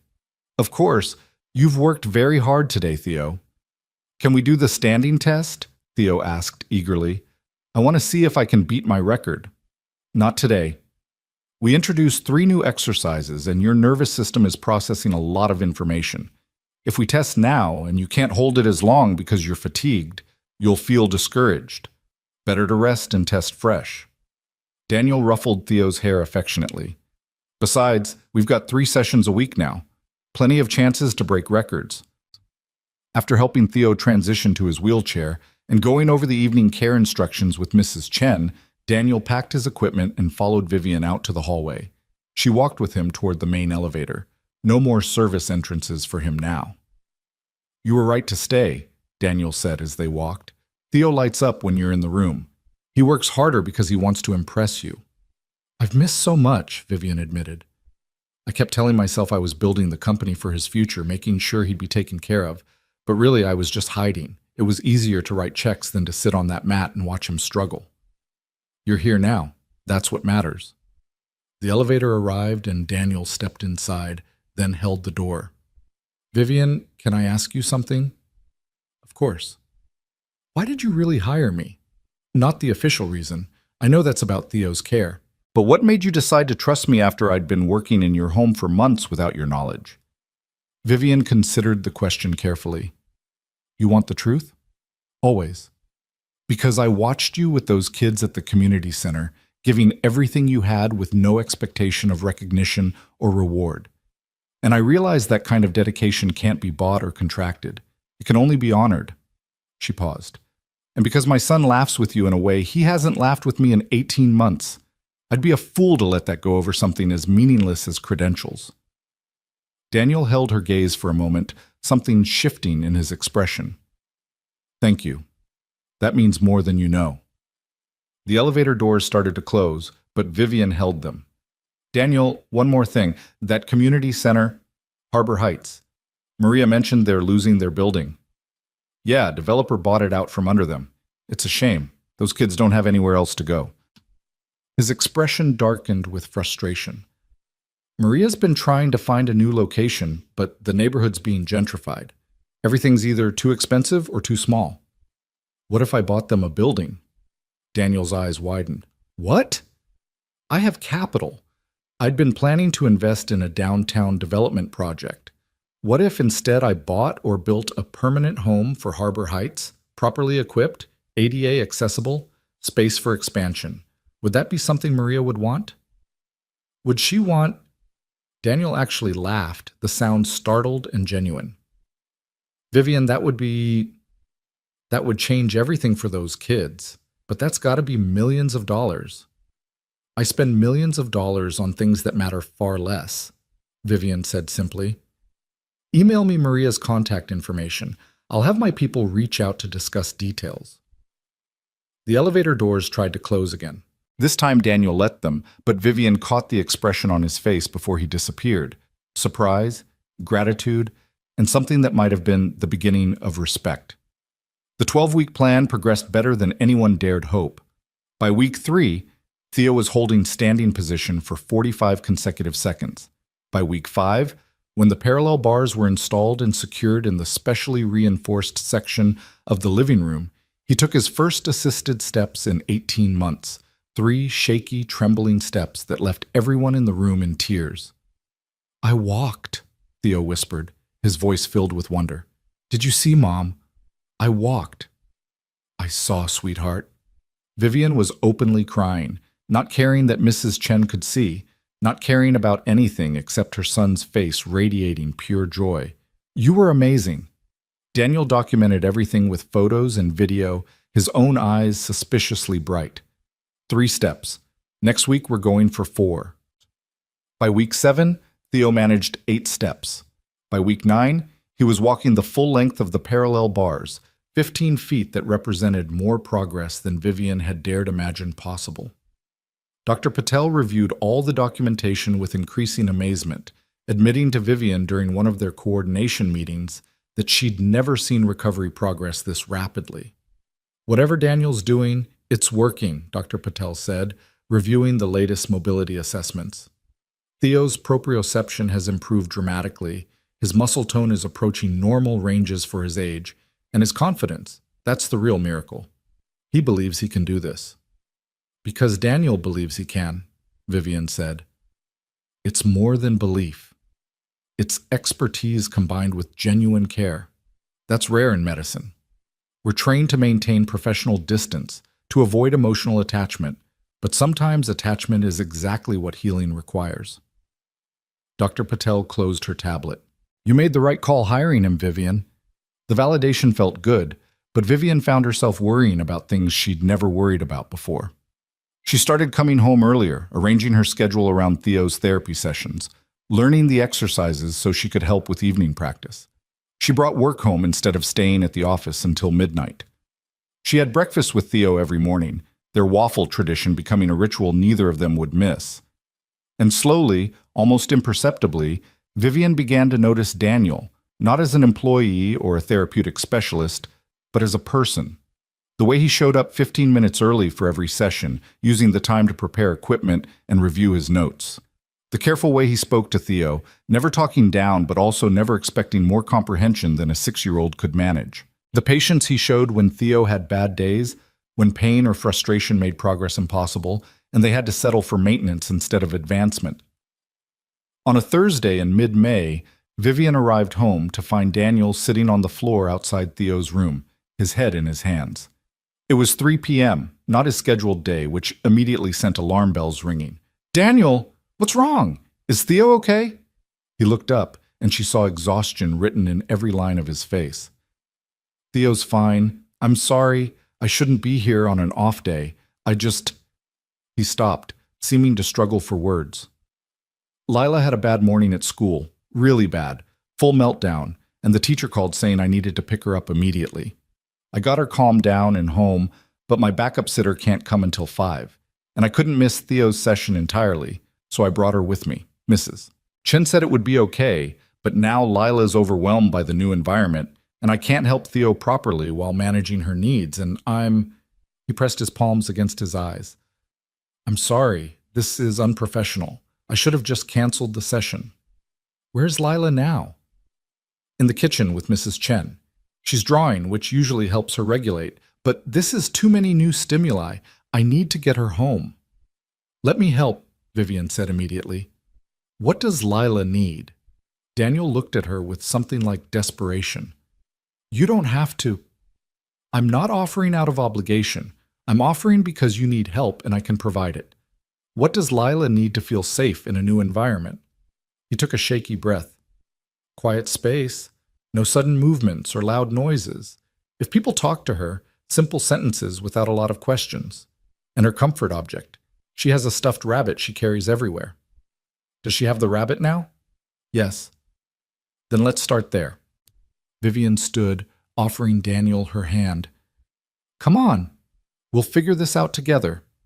They found Lila in the kitchen, sitting at the counter with Mrs. Chen hovering nearby, clearly trying to help but uncertain how. The little girl was drawing with fierce concentration, her whole body rigid with stress.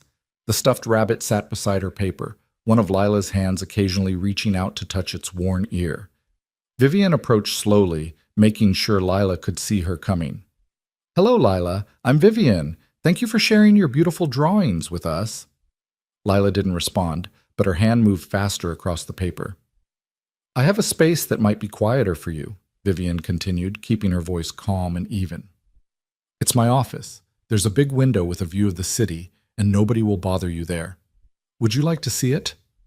Lila's hand paused. She glanced at her father. "It's okay, sweetheart," Daniel said softly. "Vivian's a friend. Her office is really nice." "You can bring your drawing." After a long moment, Lila gathered her papers and crayons, tucked the rabbit under her arm, and slid off the stool. She didn't take Vivian's offered hand, but she followed when Vivian led the way to the home office. The space was exactly as Vivian had described: quiet, high up, with floor-to-ceiling windows offering a spectacular view. Lila stopped in the doorway, her eyes widening as she took in the cityscape beyond the glass. "You can draw at my desk if you'd like," Vivian offered, "or there's a chair by the window with a good table for art supplies." Lila chose the window seat, immediately setting up her materials with precise organization. Within minutes, she was absorbed in her work, the tension in her small shoulders beginning to ease. Daniel stood in the doorway, watching his daughter with obvious relief. "Thank you. You didn't have to do this." "Yes, I did. You're helping my son. Let me help your daughter. It's that simple." Vivian moved toward the door, giving Lila space. "Now, you have a session to finish. I'll stay here with Lila. If she needs you, I'll come get you immediately." "You're sure?" "Completely sure. Go. Theo's probably wondering where you disappeared to." Daniel hesitated a moment longer, then nodded. "Lila, sweetheart, I'm going to work with Theo. You're safe here with Vivian. She'll take good care of you." Lila didn't look up from her drawing, but she made a small sound that might have been acknowledgement. After Daniel left, Vivian settled into a chair near Lila, but not too close, pulling out her tablet to review quarterly reports. For 20 minutes, they existed in companionable silence, Lila drawing and Vivian working. The only sounds, the scratch of crayon and the soft tap of Vivian's stylus on glass. Then Lila spoke. Her voice was so quiet, Vivian almost missed it. "Butterflies." Vivian looked up. "What about butterflies?" Lila held up her drawing. An intricate illustration of a butterfly with mathematically precise wing patterns, each section colored in complementary shades that created genuine artistic beauty. "That's extraordinary," Vivian said honestly. "You have a real gift, Lila." "Butterflies are symmetrical. They follow patterns. Patterns make sense." Lila returned to her work, adding details with intense focus. "People don't follow patterns. People are confusing." "They are," Vivian agreed. "People are very confusing sometimes. School is too many people, too loud, too many rules that don't make sense." Vivian set down her tablet, recognizing the trust Lila was offering by speaking at all. "What kind of rules don't make sense?" "The teacher says, raise your hand if you know the answer. But when I raise my hand every time, she says I need to give other kids a chance. But if I know the answer, why should I pretend I don't? That's lying." "That's not lying. That's called social politeness. And you're right. It doesn't make much logical sense." Lila looked up, surprise evident on her face. "You think it doesn't make sense too?" "I think a lot of social rules don't make sense when you examine them closely. We just get used to following them without thinking." Vivian smiled slightly. "My job requires a lot of social rules. Sometimes I hate every minute of it." "But you do it anyway?" "I do it anyway. Because even though the rules are confusing, the outcome I want, running my company, helping people, providing for my son, requires playing by those rules." Lila absorbed this, her expression thoughtful. "Daddy says I have to try school even though it's hard because education is important. But it's so hard. Everything is so loud and bright, and people want me to look at their faces all the time, and it makes my brain hurt." "That sounds exhausting." "It is." Lila started a new drawing, this one of what looked like a garden. "Daddy says my brain works different, not broken. But sometimes different feels like broken." The words hit Vivian like a physical blow. She thought about Theo saying something similar months ago, about how his legs felt broken, even though the doctors said they were just healing slowly. Different, damaged, broken. The vocabulary of children trying to make sense of bodies and minds that didn't work the way they were supposed to. "I don't think you're broken at all," Vivian said quietly. "I think you're exactly who you're meant to be. And I think the world is the broken thing for not making space for people whose brains work differently." Lila's hand paused mid-stroke. She looked at Vivian directly, real eye contact, sustained longer than Vivian had seen her manage before. "I like you," Lila said simply. Then she returned to her drawing, the conversation apparently concluded to her satisfaction.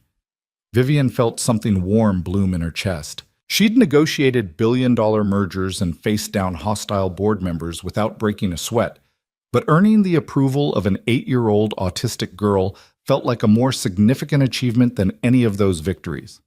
When Daniel came to collect Lila an hour later, he found his daughter contentedly drawing while Vivian worked nearby, both of them comfortable in their shared silence. "How was she?" Daniel asked quietly. "Perfect. We had a nice talk about butterflies and social rules that don't make sense." Daniel's eyebrows rose. "She talked to you?" "Quite a bit, actually. She's brilliant, Daniel. Her perspective on the world is fascinating. Most people find her difficult. Teachers, other parents, they think she's rude or strange. Then most people are idiots." Vivian stood, moving to where Lila was finishing her latest drawing. "Lila, your dad's here. Thank you for spending the afternoon with me." Lila looked up, then carefully tore out her drawing and offered it to Vivian. "For you. Because you understand about patterns." The gesture was so unexpected, so precious, that Vivian felt tears threaten. "Thank you. I'll treasure this. It's just a drawing. It's not just anything.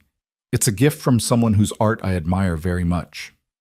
Vivian accepted the paper carefully, treating it with the reverence usually reserved for original Picassos. Daniel helped Lila gather her supplies, his expression doing complicated things that Vivian couldn't quite interpret. As they walked toward the elevator, he turned back. "Vivian, thank you for understanding, for being kind to her. Most people don't take the time." "Most people are missing out," Vivian said simply. "She's welcome here anytime." After they left, Vivian stood holding Lila's drawing, looking at the precise mathematical beauty of the butterfly wings, and realized something had shifted. These people, this widowed father and his remarkable daughter, had somehow become more than employees or professional associates. They were becoming something that felt dangerously like family. The thought should have terrified her. Emotional attachment was a liability in business, a vulnerability enemies could exploit. But standing in her office, holding a child's drawing like it was the most valuable thing she owned, Vivian found she couldn't muster the fear she knew she should feel. The weeks that followed blurred together in a cascade of milestones and small miracles. Theo graduated from parallel bars to a walker, taking his first unassisted steps across the living room while everyone held their breath. Lila started coming to therapy sessions regularly, setting up her art station in Vivian's office, slowly growing comfortable in the space. Daniel's 12-week plan reached its conclusion, and they immediately started a new 16-week progression aimed at outdoor mobility and endurance. By the second week of June, Theo could walk 30 feet with his walker before needing rest. By the third week, 40 feet. By the fourth week, he was asking when he could try without the walker at all. "Not yet," Daniel said firmly but kindly. "Your strength is there, but your balance isn't quite ready. Another 3 weeks, then we'll test it." "But Daniel..." "Theo." Daniel's voice carried that particular blend of warmth and authority that Theo couldn't resist. "I know you want to run before you can walk, but we do this right, or we don't do it at all. Your body's done amazing things, but it needs time to consolidate the gains. Pushing too fast means risking injury that could set us back months. Trust me on this." Theo did trust him. That was obvious in everything from the way he followed Daniel's instructions without argument to the way his face lit up when Daniel arrived for sessions. And Vivian was beginning to understand that trust wasn't just about Daniel's expertise. It was about Daniel showing up, consistently and completely, in a way that promised permanence in a world that had proven devastatingly unpredictable. On the last Friday in June, Vivian came home at 5 p.m. as had become her habit, expecting to find the usual post-session routine. Instead, she found the living room empty and voices coming from Theo's room, raised voices, which immediately sent alarm bells ringing. She moved quickly down the hallway, pushing open Theo's door to find Daniel and Dr. Patel standing on opposite sides of Theo's wheelchair, their body language tense with disagreement. Theo sat between them, his expression caught between fear and confusion. "What's going on?" Vivian demanded. "Doctor." Patel turned to her, frustration evident. "I'm trying to explain to Daniel that we need to slow down Theo's progression. His last MRI shows some inflammation around the original injury site. Nothing dangerous, but concerning. I want to reduce therapy sessions from 3 to 2 per week and pull back on the intensity of exercises." And I'm trying to explain, Daniel said, his voice tight with controlled emotion, that pulling back now would be catastrophic for Theo's confidence. He's been working toward unassisted walking for 3 months. He's right on the edge of breakthrough. If we stop now, he'll internalize it as failure. His medical safety trumps his emotional needs, Dr. Patel countered. That's basic clinical ethics. His emotional needs are part of his medical safety. You can't separate them. Daniel turned to Vivian. I'm not saying we ignore the inflammation. I'm saying we adjust technique to reduce stress on that area while maintaining momentum. There are ways to work around this without stopping completely. And I'm saying that inflammation indicates we've pushed too hard. Continuing could cause permanent damage. Dr. Patel crossed her arms. Ms. Cross, I need you to make a decision here. As the supervising physician, my recommendation is clear. Vivian looked between them, feeling the weight of the choice. Dr. Patel represented medical authority, years of training, the kind of credentialed expertise that courts would favor if anything went wrong. Daniel represented practical knowledge, intuition earned through experience, and an understanding of Theo's specific needs that no amount of formal education could replicate. Show me the MRI, she said to Dr. Patel. The doctor pulled out her tablet, displaying the images and explaining the areas of concern with technical precision. The inflammation was there, undeniable in the imaging, clustered around the L4-L5 vertebrae where the original trauma had occurred. What would cause this? Vivian asked. Overuse. The muscles surrounding the injury site are working harder than they have in 18 months. Some inflammatory response is normal, but this level suggests we've exceeded optimal therapeutic load. Vivian turned to Daniel. What's your assessment? I see the inflammation. I'm not denying it exists or that it's concerning. Daniel pulled out his documentation, the meticulous notes he'd kept for months. But look at the timeline.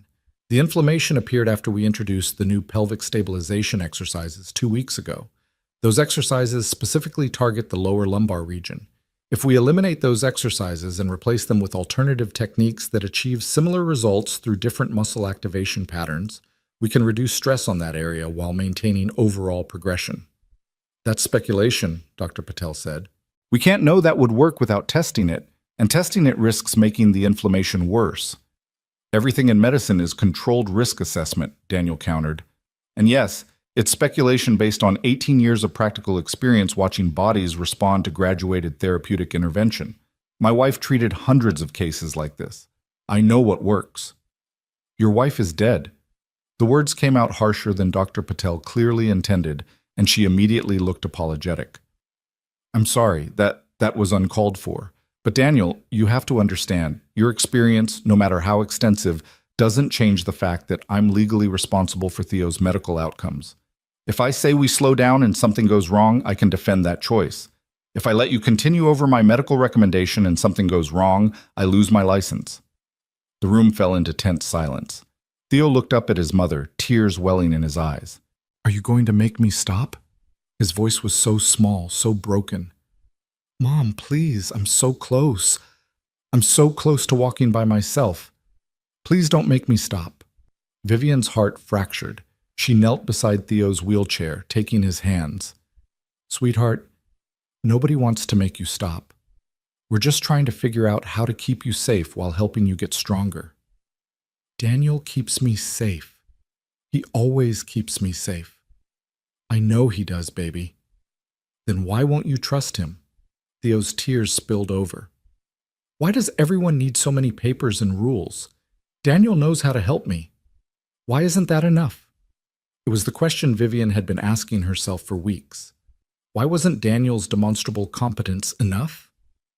Why did the system demand credentials and licensure when practical results proved his worth? Why was she even hesitating when everything in her heart screamed that Daniel was right?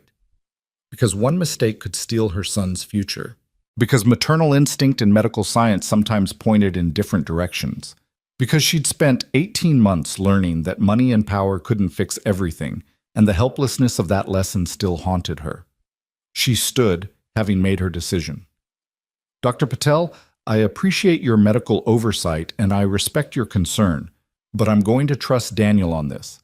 We continue sessions at current frequency, but we modify the specific exercises that seem to be causing inflammation. Daniel provides daily documentation that we review together, and if the inflammation worsens even slightly, we stop immediately and follow your recommendations. Vivian, I strongly advise against this. I know you do, and your advisement is noted, but this is my son, my choice, and my risk to take. She looked at Daniel. Can you guarantee that your modifications will work? No, I can't guarantee anything, but I can promise I'll monitor Theo's response with absolute vigilance, and I'll stop the first moment I see signs of harm. His gaze held hers steadily. I won't let anything happen to him, Vivian. I swear to you. Dr. Patel closed her tablet with a sharp snap. Fine, but I need everything documented in triplicate, and I want daily check-ins. The moment something looks wrong, we stop. Non-negotiable. Agreed, Daniel said immediately. After Dr. Patel left, her displeasure evident in every line of her posture, Vivian and Daniel stood in Theo's room, the tension slowly draining from the space. Thank you, Daniel said quietly, for trusting me. Don't make me regret it. I won't. But 3 days later, everything fell apart. It happened during an afternoon session. Daniel had introduced the modified exercises, carefully monitoring Theo's response, documenting everything. The session had gone well. Theo was in high spirits, his movements strong and confident. They'd been working on a new balance sequence, Daniel supporting Theo's weight as the boy practiced weight shifts that would eventually enable unassisted standing. Good, that's perfect, Daniel was saying. Feel how your core is engaging? That's exactly right. Now shift left. Theo shifted and something went wrong. His left leg cramped suddenly and violently, the muscle seizing with force that made Theo cry out. He crumpled, his legs buckling, and though Daniel caught him and controlled the fall, Theo's knee struck the edge of the therapy mat frame with a sickening crack. Theo! Daniel lowered him quickly to the floor, his hands already moving to assess the injury. Mrs. Chen, call Dr. Patel now! Theo was screaming, tears pouring down his face, clutching his knee while his left leg continued to spasm uncontrollably. Daniel worked fast, his hands finding the cramping muscle and applying pressure to release the spasm, talking constantly in that calm voice, even as his own face had gone white with fear. You're okay, buddy. You're okay. It's just a cramp. We're going to fix this. Breathe with me. Come on. Big breath in. Vivian came running, drawn by the screams, and the sight that met her nearly stopped her heart. Her son on the floor, Daniel hovering over him, blood seeping through Theo's pants from where his knee had struck the frame. What happened? She dropped beside them, her hands reaching for Theo. Muscle cramp. It came on too fast for him to control. He fell and hit his knee. Daniel's hands hadn't stopped their work, manually releasing the cramping muscle with practiced efficiency. The cramp's releasing. That's good. Theo, can you tell me where it hurts most? My knee, Theo sobbed. It hurts so bad, Daniel. Mrs. Chen appeared with Dr. Patel on the phone, and Daniel gave a rapid assessment while Vivian held Theo, her own hands shaking. Within 20 minutes, they were in a car headed to the emergency room, Dr. Patel meeting them there. The whole careful structure of Theo's care team mobilizing around a moment of crisis.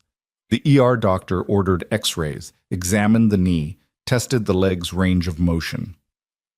The verdict came back 2 hours later. No fracture, but significant bruising and a deep laceration that required stitches. The cramping had been caused by muscle fatigue combined with the inflammatory process Dr. Patel had warned about. Theo's muscles had been pushed past their sustainable limit. We'll need to immobilize the knee for at least a week, the ER doctor explained to Vivian while Theo dozed under the influence of pain medication. After that, very gentle physical therapy to restore range of motion. No weight-bearing exercises for at least 3 weeks, possibly longer depending on how the inflammation resolves. 3 weeks. 3 weeks of losing everything they'd gained. 3 weeks that might as well be 3 months in terms of Theo's psychological regression. Vivian nodded numbly, signed the discharge papers, and carried her sedated son to the car. Daniel followed silently, his expression devastated. They didn't speak during the drive home. What was there to say? He'd promised to keep Theo safe, and Theo had gotten hurt. The why and how didn't matter in the face of that simple, terrible fact.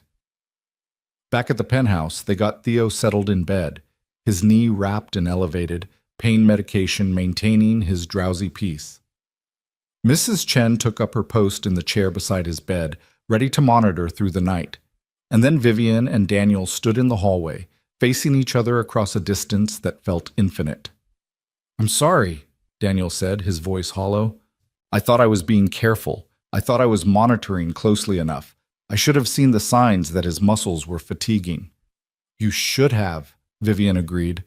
Her voice was cold, controlled, channeling all her fear into anger because anger was safer than the terror still flooding her system. "Dr. Patel warned us.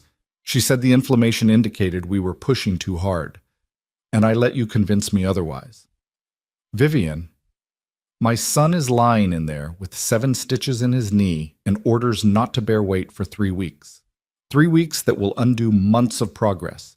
3 weeks of watching him lose hope again because the adults around him made the wrong call." I know, and I'm sorry isn't good enough." The words burst out of her too loud in the quiet hallway, edged with the kind of panic she never let anyone see. "Sorry doesn't change the fact that I trusted you over trained medical professionals and my son got hurt. Sorry doesn't fix this." Daniel flinched as though she'd struck him. "What do you want me to do?" "I want you to leave." The words came out flat, final. "I want you to pack your things and leave. I'll pay you through the end of the month, provide references for future employment. But I can't—" Her voice cracked despite her best efforts to control it. "I can't have you here. I can't look at you and not see my son crying in pain because I made the wrong choice." The devastation on Daniel's face was complete. "Don't do this, Vivian. Please. Let me help him through recovery. Let me fix this." "You can't fix this. That's the problem. You're not actually a licensed therapist no matter how much experience you have. You're not bound by the ethical guidelines that would have prevented this. You're just a man who made me believe—" She stopped, biting back words that would cut even deeper.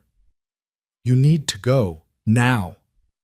For a long moment, Daniel just stood there, and Vivian watched his heart break in real time.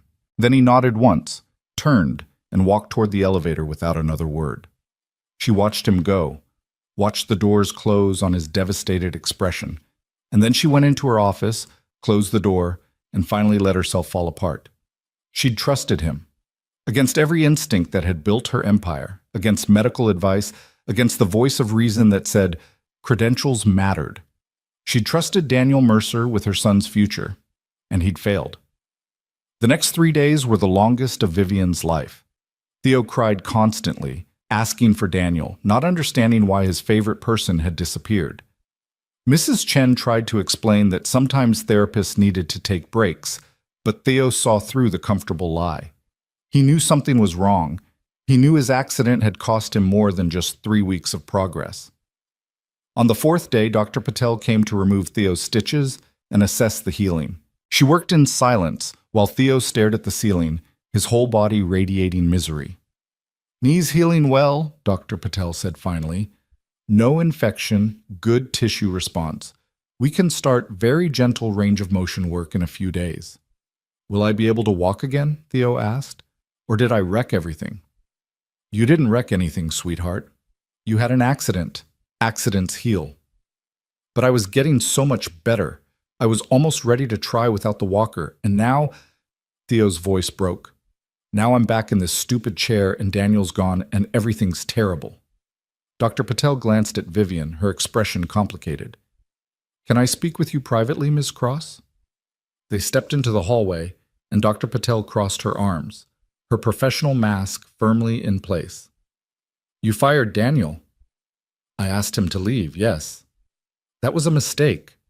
Vivian felt her defenses rise. "He was working over medical recommendation and Theo got hurt. How is letting him go a mistake?" "Because the accident wasn't his fault. I reviewed the documentation he sent me. Yes, he sent me daily reports even after you dismissed him. The cramping was caused by an electrolyte imbalance that wouldn't have shown up in any assessment we were doing. Theo had a stomach bug 2 days before the accident, barely mentioned it because it was mild. That bug depleted his potassium levels. Combined with the intensive muscle work, It created conditions for sudden cramping. Daniel couldn't have predicted it. Vivian felt the floor tilt beneath her. What? I had blood work done while Theo was in the ER. I didn't mention it because I wanted to rule out some possibilities first. But the results are clear. Theo's potassium was critically low. That's what caused the cramp, not overwork. Dr. Patel's voice softened slightly. Daniel was right to continue therapy. The inflammation was already improving with his modifications. And the accident was genuinely unforeseeable. It was just bad luck, Vivian. The words hit like physical blows. Then why didn't you tell me this 4 days ago? Because you fired Daniel before I had a chance to review all the data, and then I spent 3 days trying to figure out if I should tell you or let you believe you'd made the right call for your peace of mind. Dr. Patel sighed. But watching Theo regress, seeing how he shut down without Daniel here, I can't let that continue. You made a decision based on incomplete information, and now you need to fix it.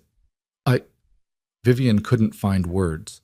I told him to leave. I blamed him for, then tell him you were wrong and ask him to come back. Dr. Patel packed her equipment. Before you lose the best thing that's happened to Theo's recovery. And possibly the best thing that's happened to you, though I suspect that's not something you're ready to admit yet. After Dr. Patel left, Vivian stood alone in the hallway, her carefully controlled world dissolving around her. She'd built an empire by making quick decisions based on available data and never second-guessing herself. Decisiveness was her superpower. Certainty was her armor. But she'd been wrong. Catastrophically, irreversibly wrong. And her certainty had cost Theo, the one person who'd actually been able to help. She pulled out her phone with shaking hands and called the number Daniel had given her months ago. It rang 4 times before going to voicemail, his voice calm and professional on the recording. Daniel, it's Vivian. I need to talk to you. Please call me back. He didn't. She called again that evening. Voicemail. The next morning. Voicemail. By the 3rd day, Vivian realized he wasn't going to answer. She'd sent him away, blamed him publicly, destroyed the fragile professional relationship they'd built. Why would he give her the chance to do more damage? She stood in her empty office, looking at Lila's butterfly drawing still hanging on her wall, and finally understood what she'd actually lost. It wasn't just a therapist. It was someone who'd believed in her son when everyone else offered only sympathy and limited expectations. Someone who'd seen potential where others saw permanent disability. Someone who'd given freely of himself with no expectation of recognition or reward. Someone who'd somehow, impossibly, started to feel like family, and she'd thrown it all away in a moment of fear-driven panic. Vivian Cross had climbed to the top of the business world by never admitting weakness, never showing vulnerability, never apologizing.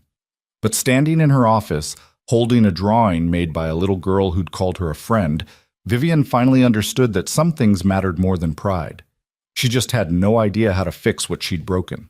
The apartment building looked even more worn in the harsh light of a July morning, the heat already making the air shimmer above cracked pavement.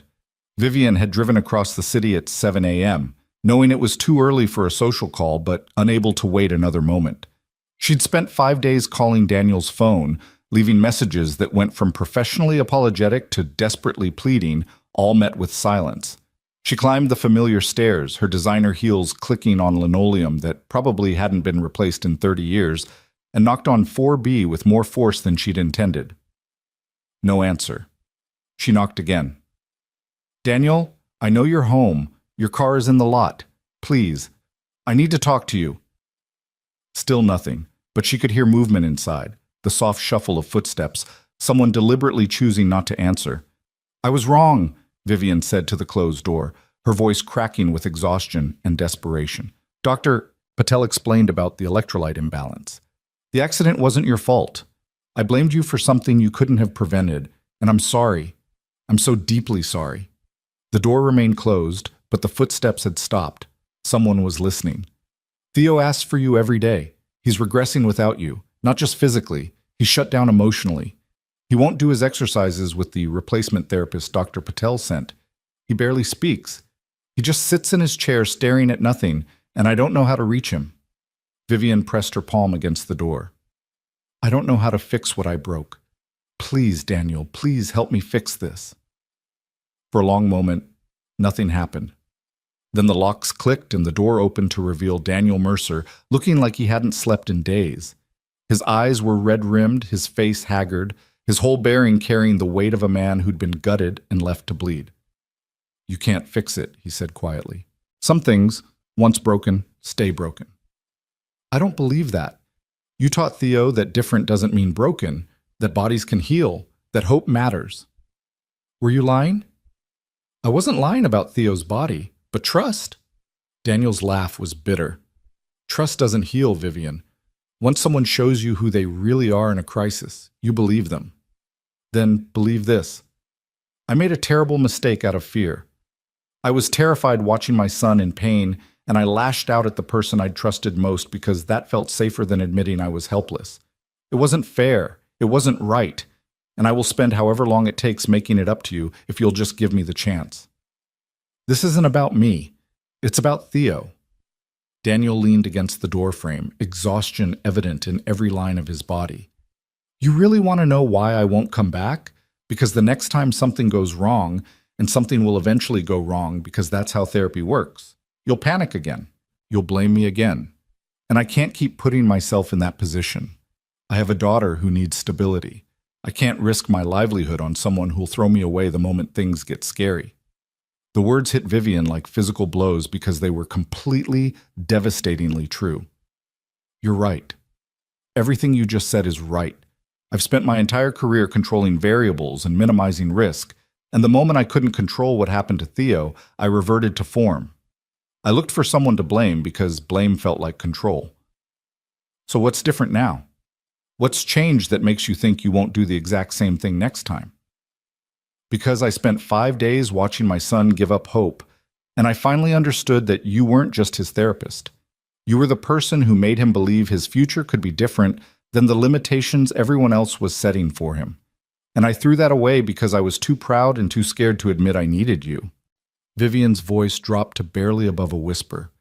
"I'm here because I'm done pretending I can do this alone. I'm done believing money and power can fix everything. I'm asking you, not as an employer, but as a mother who's desperate and terrified and completely out of her depth, please help my son. Not because I'm paying you, not because it's your job, but because you're the only person who actually believes he can walk again." Daniel's expression flickered with something that might have been pain or might have been the last dying ember of hope. "And when the next crisis comes, when the next accident happens, or the next setback crushes him, what then? Then we face it together. We make decisions as a team. We trust each other even when it's hard, especially when it's hard." Vivian took a shaky breath. "I can't promise I won't be scared, but I can promise I won't shut you out again. I won't make decisions in panic and call it protection." Behind Daniel, a small figure appeared in the hallway. Lila, still in her pajamas, her stuffed rabbit clutched to her chest. She looked at Vivian with those serious, assessing eyes, then tugged on her father's shirt. "Daddy's sad," she said quietly. "Vivian can fix?" Daniel looked down at his daughter, something breaking across his face. "It's not that simple, sweetheart. Butterfly Lady was nice to me. She understands about patterns." Lila moved closer to Vivian, studying her with that intense focus. "Theo is sad too?" "Very sad," Vivian admitted. "He misses your daddy very much." "Daddy helps people who are sad. That's his job, not cleaning, helping." Lila turned back to Daniel. "Sarah Mama would say, 'Help Theo. You promised Sarah Mama.'" The name hung in the air between them. Daniel's wife, the promise he'd made her, the entire foundation of why he did any of this. Vivian watched Daniel struggle with the weight of it, saw the moment his resolve began to crack. "Lila, go get dressed," he said finally. "Vivian and I need to talk. Alone." Lila studied them both for another moment, then nodded and disappeared back into the apartment. Daniel stepped into the hallway, closing the door behind him, creating a privacy that felt both intimate and isolating. "I can't go back to how it was," he said. "The power dynamic, the employer-employee structure, where you hold all the cards, and I'm just supposed to trust you won't use them against me. It doesn't work. It's not sustainable." "Then we change it. Tell me what you need." "I need autonomy, real autonomy, Not just on paper. Treatment decisions are mine to make in consultation with Dr. Patel. You can observe, you can ask questions, but you don't override us because you're scared. Daniel crossed his arms, his posture defensive. I need a contract that protects me from arbitrary dismissal. If you want to fire me, there's a process: medical review, peer consultation, documented cause. You can't just throw me out in a moment of panic. Done. What else? I need you to actually be present, not just physically in the room, but emotionally available. Theo's recovery isn't something you can delegate or schedule around board meetings. He needs his mother, not a CEO who shows up for the highlight reel. The accusation stung because it was accurate. I've been trying to be more present. Since you started officially, I've rearranged my schedule, and you'll keep rearranging it until the next crisis at work demands your attention. I've seen how you operate, Vivian. Your company is your first priority. Always has been, always will be. And I get it. You built something remarkable. You've got thousands of employees depending on you. But Theo needs to be first sometimes, not just when it's convenient. He will be. I promise he will be. You promise a lot of things. Following through is the hard part. Daniel rubbed his face, exhaustion making his voice rough. I want to believe you. I want to help Theo. But I've been burned before. Not by you, by the system, by people who promised opportunities and delivered disappointment. I'm tired, Vivian. I'm tired of fighting for legitimacy in a profession that sees me as less than because I don't have the right letters after my name. I'm tired of proving myself over and over only to have it all disappear the moment something goes wrong. Then stop fighting alone. Let me fight with you. Vivian moved closer, close enough that she could see the gold flecks in Daniel's brown eyes, the scar on his chin from some long-ago accident, the way his jaw clenched when he was trying not to show emotion. I have resources, connections, power that I've been using to build my empire. What if I use some of that to build something different? What if we created a space where credentials matter less than competence, where people like you could work without constantly justifying your existence? What are you talking about? The community center, Harbor Heights. You said they're losing their building? Vivian pulled out her phone, opening files her acquisitions team had prepared at her request. I've had my people looking at properties in that neighborhood. There's a warehouse 2 blocks from the current location, 30,000 square feet, structurally sound, currently owned by a company that owes my bank significant money. I can acquire it for below market value, convert it into a state-of-the-art therapeutic center, adaptive equipment, sensory-friendly spaces, accessible everything. A place where kids like Theo and adults who can't afford private care can get the help they need. Daniel stared at her like she'd started speaking a foreign language. That would cost millions. I have millions, and unlike most of my investments, this one would actually matter. Vivian met his gaze steadily.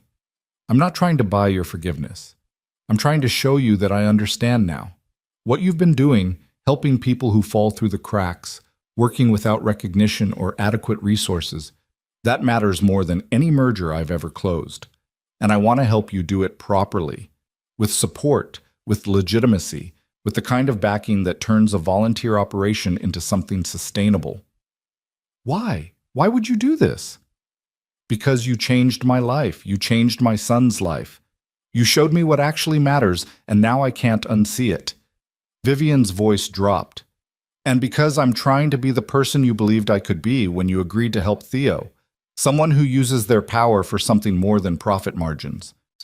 Daniel was quiet for a long time, his expression cycling through disbelief, hope, caution, and something that looked dangerously like trust beginning to reform from the ashes of what she'd destroyed. If I come back, he said finally, and that's still a big if, things are different. We're partners in Theo's care, not boss and employee. Equal voices in treatment decisions. And Theo comes first, before board meetings and acquisitions and whatever crisis is supposedly urgent at your company. Partners, Vivian agreed. Equal voices. Theo first.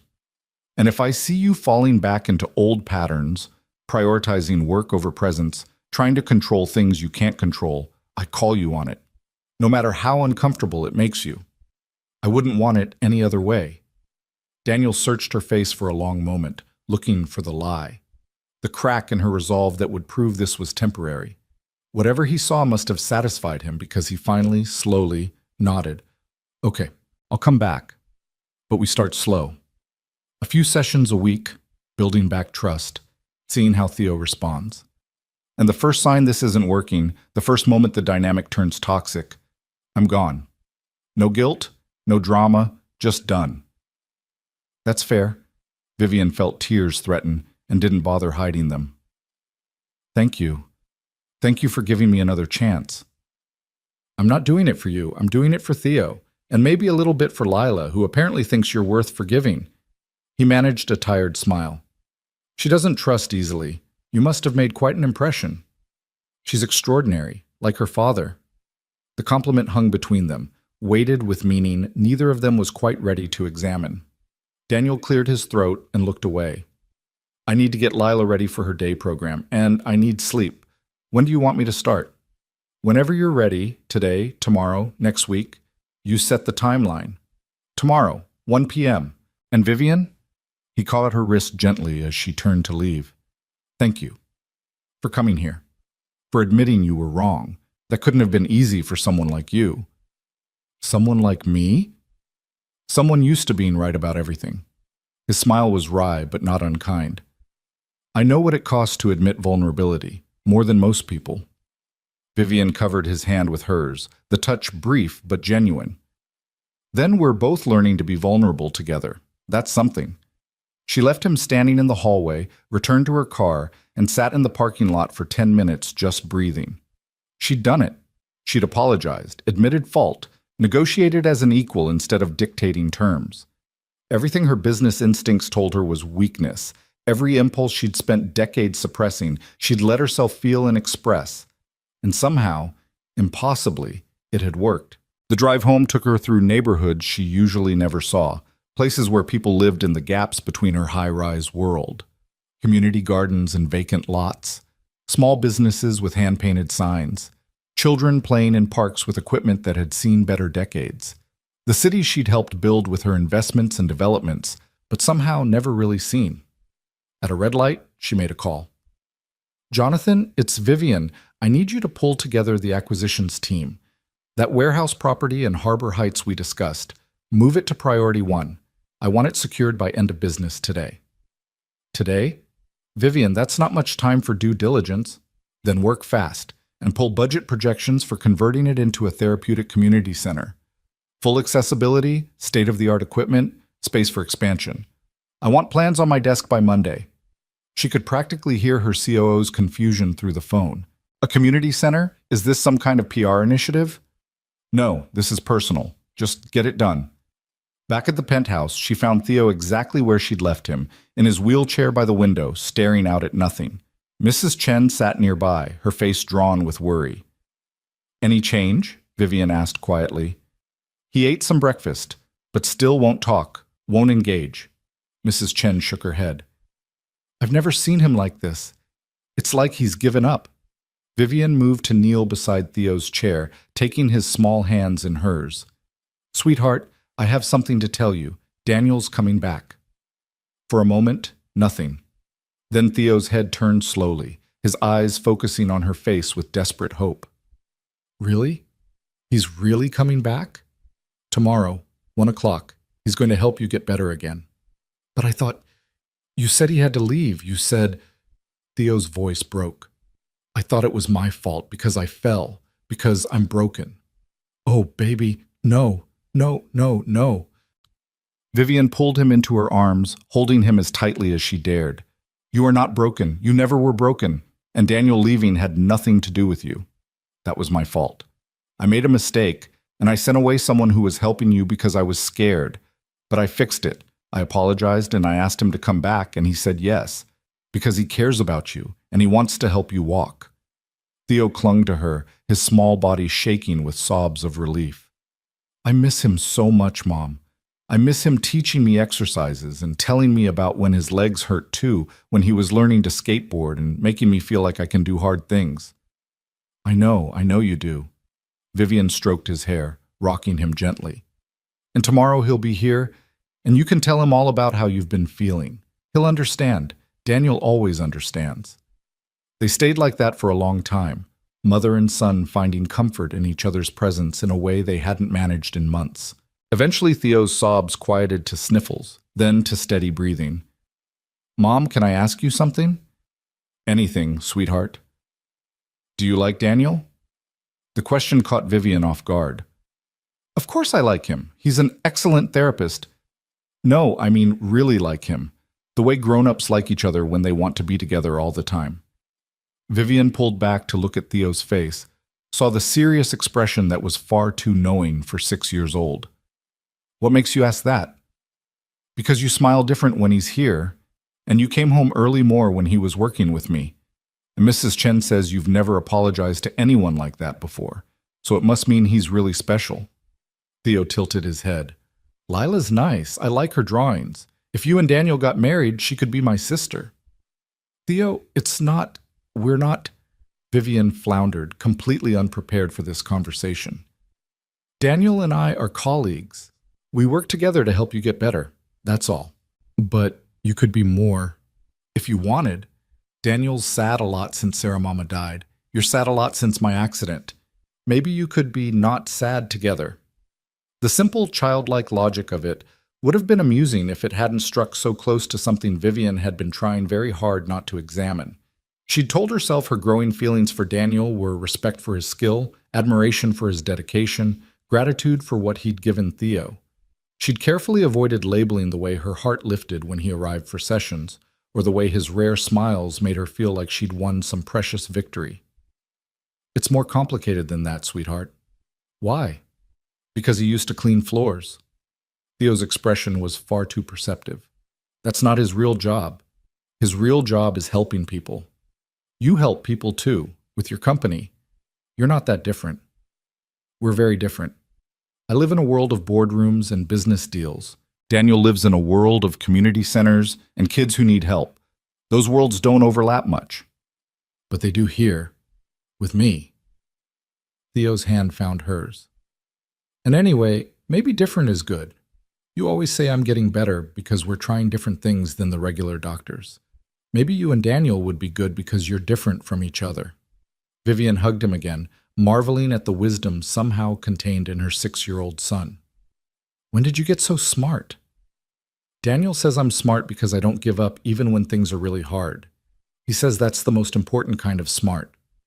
He's right about that." The next afternoon, Vivian found herself pacing her office at 12:45, checking her appearance in the reflection of her window more times than was reasonable. She'd changed clothes twice that morning, finally settling on casual pants and a simple blouse. Professional, but not corporate. The kind of outfit that said partner, not boss. At 12:58, the elevator chimed. Vivian forced herself to stay in her office, to give Daniel space to reconnect with Theo without her hovering. But she couldn't help listening to the voices from Theo's room, her son's excited chatter, Daniel's warm responses, the sound of laughter that had been missing for days. After 20 minutes, she couldn't stand it anymore. She walked to Theo's room and stood in the doorway, watching Daniel guide Theo through gentle range of motion exercises for his healing knee. "How's he doing?" she asked. Daniel looked up, and something in his expression had softened since yesterday morning. "Really well. The knee's healing beautifully. Another week and we can start rebuilding the strength we lost. We'll be back on track before you know it, buddy." "Can I still learn to walk without the walker?" Theo asked anxiously. "Absolutely. This is just a detour. We'll get there." Daniel completed the rotation sequence and helped Theo shift position. "Actually, this gives us a chance to work on upper body strength, which you'll need for balance anyway. So it's not wasted time, just different focus." Vivian watched them work together, the easy rapport that had developed over months of trust and effort, and felt something settle in her chest. This was right.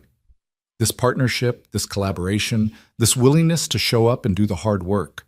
This was what Theo needed. What she needed. "Vivian, do you have a few minutes?" Daniel asked after finishing the session. "There are some things we should discuss about the treatment plan going forward." They left Theo with Mrs. Chen and moved to Vivian's office. Daniel settled into one of the chairs across from her desk, and Vivian deliberately chose the chair beside him rather than sitting behind the desk. Equal partners, not employer and employee. "I've been thinking about what you said. Daniel began. About the community center. If you're serious about that, completely serious, I have a team working on property acquisition right now. Then I want to be involved in the planning, not just as a consultant, as a partner. This is my field, my community. I know what these kids need better than any architect or designer you could hire. Agreed. In fact, I was hoping you'd say that. I want you to lead the therapeutic program design. Hire the staff, source the equipment, develop the protocols. Vivian pulled out a folder she'd prepared. I've had my legal team draft a proposal. You'd be director of therapeutic services, full salary and benefits, equity stake in the organization. It would be structured as a nonprofit, but you'd have real authority and real resources. Daniel stared at the documents like they might be a mirage. You're offering me a real position, with actual credentials that matter. I'm offering you the chance to build something that reflects what you've been doing in the shadows for years. A legitimate, sustainable program that gives kids the care they deserve. Vivian met his eyes. You deserve legitimacy too, Daniel. You've earned it 10 times over. Why are you doing this? And please don't say it's just for Theo. It started with Theo, but it's become bigger than that. Vivian chose her words carefully. I've spent my entire adult life building an empire that generates profit, but not necessarily purpose.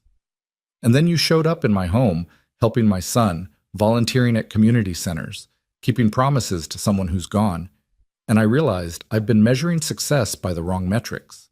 You changed what I value. So yes, I'm doing this because of Theo, but I'm also doing it because you made me want to be better, to build something that actually matters. Daniel was quiet for a long moment, his fingers tracing the edges of the proposal documents. If we do this, if we really build this thing, I need one promise from you. Name it. This isn't about me. It's not a monument to my late wife or a redemption story for the janitor who made good. This is about kids who need help and deserve to receive it without stigma or financial barriers. The moment it becomes about anything else, we've lost the point. Agreed. This is about the kids, always about the kids. Then I'm in. Let's build something that matters. They shook on it, and Vivian felt the shift in their relationship, from adversarial to collaborative, from employer-employee to genuine partners working toward a shared goal. It was terrifying and exhilarating in equal measure. Over the next 3 weeks, a pattern emerged. Daniel came 3 times a week for Theo's sessions, gradually rebuilding the strength they'd lost during the injury recovery.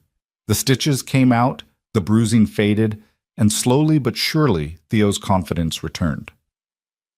Dr. Patel monitored everything with careful attention, but even she had to admit the recovery was progressing beautifully. In between therapy sessions, Vivian and Daniel met to plan the community center. They toured the warehouse property together, Daniel's eyes lighting up as he described what each space could become. They interviewed potential staff members, Daniel pushing for people who combined credentials with genuine care. They argued over equipment choices and program structures, learning to trust each other's expertise, finding compromise when their visions diverged. And somewhere in all that collaboration, something shifted between them. The professional boundaries they'd carefully maintained began to blur around the edges. Vivian found herself looking forward to their planning sessions as much for Daniel's company as for the work itself. She noticed the way his face transformed when he was excited about an idea, the careful way he listened when she explained budgets and funding structures, the laugh he tried to hide when she made jokes that probably weren't actually funny. Daniel seemed to notice too. His smiles came easier around her. He started arriving a few minutes early for their meetings, using the time for casual conversation about Lila's latest art project or Theo's newest joke. He brought coffee one morning, her order memorized, prepared exactly how she liked it, and the small thoughtfulness of the gesture made her absurdly happy. But neither of them acknowledged what was growing between them. They kept things professional, appropriate, carefully platonic, because Daniel was still Theo's therapist, and Vivian was still technically his employer, and crossing that line would complicate everything they'd worked so hard to build. Then one evening in late July, Vivian came home to find Daniel still in the living room at 7 p.m., long after Theo's session had ended. He was sitting on the floor surrounded by papers, his expression frustrated. "Everything okay?" Vivian asked. He looked up, startled. Sorry, I lost track of time. I was trying to finalize the staff schedule for the center's opening, but the math isn't working. We need 12 full-time therapists to cover all the program hours, but the budget only supports 9 positions unless we cut equipment spending, which defeats the purpose of having a well-equipped facility. Let me see. Vivian settled beside him on the floor, reviewing his calculations. They worked through the numbers together, finding efficiencies and adjustments, and somewhere around 8 o'clock, Vivian realized they'd been sitting shoulder to shoulder for an hour, and she couldn't remember the last time she'd been this content. There, she said finally, pointing to the revised budget. If we structure the compensation packages this way and phase in the equipment purchases over 2 quarters instead of immediately, we can support 12 positions and still have contingency funding. That's brilliant. How did I miss that? Because you're thinking like a therapist, not a finance person. That's why we make a good team. The words came out more warmly than she'd intended, and Vivian felt heat rise in her cheeks. Daniel was looking at her with an expression she couldn't quite read. Vivian, can I ask you something? Of course. That day you came to my apartment to ask me to come back. Why did you really come? Not the reasons you gave me then, but the real reason. Vivian's heart started hammering. I told you the real reason. Theo needed you. Theo needed me 3 days earlier. You waited 5 days, calling and leaving messages. You could have sent Dr. Patel or Mrs. Chen to make the case, but instead you came yourself, at 7 in the morning, and stood in my hallway admitting you were wrong. Daniel shifted to face her more directly. That took courage, the kind of courage that comes from something more than professional responsibility. I don't know what you're asking me. I'm asking if I'm imagining this thing between us, this connection that feels like more than just working together. His voice was quiet but steady. Because I'd really like to not be imagining it, but I also can't afford to misread the situation. I have Lila to think about, and my own heart that's barely finished healing from losing Sarah. So I need to know, am I seeing something that isn't there? Vivian's breath caught. Every instinct screamed at her to deflect, to maintain professional boundaries, to protect herself from vulnerability. But she'd learned something in the past months working with Daniel, watching him with Theo, seeing the way he gave of himself without reservation. Some things were worth the risk. You're not imagining it, she said softly. I've been trying very hard to ignore it, to tell myself it's just respect or gratitude or partnership. But it's more than that. Has been for a while now. I just didn't know how to acknowledge it without making everything complicated. It is complicated. I work for you. I'm Theo's therapist. There are power dynamics and ethical considerations and a dozen reasons this is a terrible idea. I know, believe me, I've cataloged every reason this shouldn't happen. Vivian managed a shaky laugh. But somehow none of those reasons seem to matter when you're sitting here helping me solve budget problems at 8 o'clock on a Thursday night. Daniel reached out slowly, giving her time to pull away, and took her hand in his. His palm was warm, calloused from years of physical work, steady in a way that made her feel anchored. I'm not good at this, he admitted. I was with Sarah since college. I don't know how to date or court or whatever people do now, and I have a daughter who needs stability and routines. And I'm still figuring out who I am as a single parent and a professional and a person who's trying to move forward while honoring the past. I'm not good at this either. I've spent 20 years prioritizing my company over relationships. I don't know how to be vulnerable or let someone matter this much. And I have a son who needs both of us to be focused on his recovery, not distracted by whatever this is between us. They sat there on her living room floor, holding hands, cataloging all the reasons their connection was impossible. And then Daniel smiled, that rare, genuine smile that transformed his whole face, and said, "Want to figure it out together anyway?" Vivian felt something break open in her chest, some careful defense she'd maintained for decades finally crumbling. "Yes, I really, really do."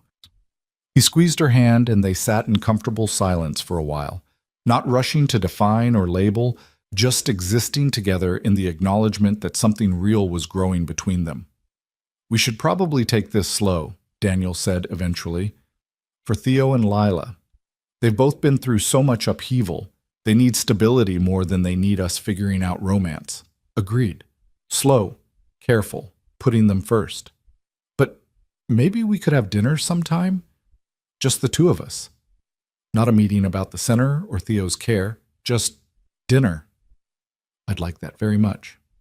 They made plans for Saturday evening, nothing fancy, just a quiet restaurant in a neighborhood neither of them frequented, where they could talk without running into Vivian's business associates or Daniel's community contacts. Neutral ground for tentative beginnings. Over the next few days, Vivian found herself both terrified and exhilarated. She'd negotiated billion-dollar deals with less anxiety than she felt preparing for one dinner with Daniel Mercer. She changed outfits 4 times, finally settling on jeans and a simple sweater, casual enough to not seem like she was trying too hard, nice enough to show she'd made an effort. Daniel picked her up at 7, and the shy smile on his face suggested he was just as nervous. They drove to the restaurant making careful small talk about safe topics. Theo's latest achievement walking the length of the hallway unassisted, Lila's excitement about the new art supplies Vivian had sent over, the progress on the community center construction. But once they were seated across from each other with menus neither of them was really reading, the conversation shifted into something more honest. "I'm scared," Daniel admitted, "of messing this up, of letting you down, of getting attached and having it fall apart." "Me too, of all of that." Vivian set down her menu. "But I'm more scared of not trying, of letting fear keep me from something that could be extraordinary." They talked for 3 hours, barely noticing when their food arrived and then cooled, too absorbed in learning each other beyond their professional roles. Daniel told her about growing up in a working-class neighborhood not unlike the one where Harbor Heights stood, about meeting Sarah in college and knowing immediately she was his person, about the years of building a life together only to have it stolen by cancer that moved too fast for any of them to prepare. Vivian told him about her own childhood, wealthy but emotionally barren, parents who measured success and achievement and saw affection as weakness. About building cross-industries as much to prove something to her father as to create financial security. About the loneliness of succeeding beyond her wildest dreams but having no one to share it with who understood the cost. "Theo's father?" Daniel asked carefully. "What? I've never heard you mention him." "He left when I was 6 months pregnant, said he didn't sign up for fatherhood and didn't want the responsibility." Vivian's voice was matter-of-fact, years of therapy having dulled the ache. "Last I heard he was in Europe somewhere, living off a trust fund and avoiding anything that requires commitment." "His loss. Theo's incredible." "He is, despite my many failures as a parent." "You're not a failure. You're learning. There's a difference." Daniel reached across the table, his hand finding hers. "I spent years thinking I was failing Lila because I couldn't make the world easier for her, couldn't fix her challenges with love and good intentions. Sarah finally made me understand that showing up consistently, advocating fiercely, and loving unconditionally was enough. The rest would work itself out." And has it worked itself out? Some days. Other days are hard. But Lila's growing into herself, finding her way. That's all I can hope for. They left the restaurant at 10, neither wanting the evening to end. Daniel drove back toward her penthouse, but parked a block away, and they walked slowly through streets that were just beginning to quiet for the night. "This was nice," Daniel said as they reached her building. "Really nice. Can we do it again?" "Absolutely. Though fair warning, I'm terrible at this. I'm going to overthink everything and probably say the wrong thing at the wrong time and generally be a disaster." "Good thing I'm patient, then." He smiled, then grew more serious. "Vivian, I need you to know this isn't a rebound for me. I loved Sarah with everything I had, and part of me will always love her. But she's gone, and I'm still here, and I'm trying to build a life that honors what we had while making space for what could be. I understand, and I'm not asking you to forget her or stop loving her memory. That love made you who you are. I wouldn't want you to be anyone else." He kissed her then, soft and tentative and sweet, a question more than a statement. Vivian answered by leaning in, letting herself trust this moment, this man, this terrifying leap into vulnerability. When they pulled apart, Daniel was smiling. "Definitely want to do this again." "Me too." She floated into her penthouse feeling like a teenager after a first date, ridiculous and giddy and more alive than she'd felt in years. Mrs. Chen was waiting up, ostensibly reading a book, but clearly positioned to hear all about the evening. "Good date?" the older woman asked with barely concealed amusement. "Wonderful date. Mind your own business." Mrs. Chen laughed.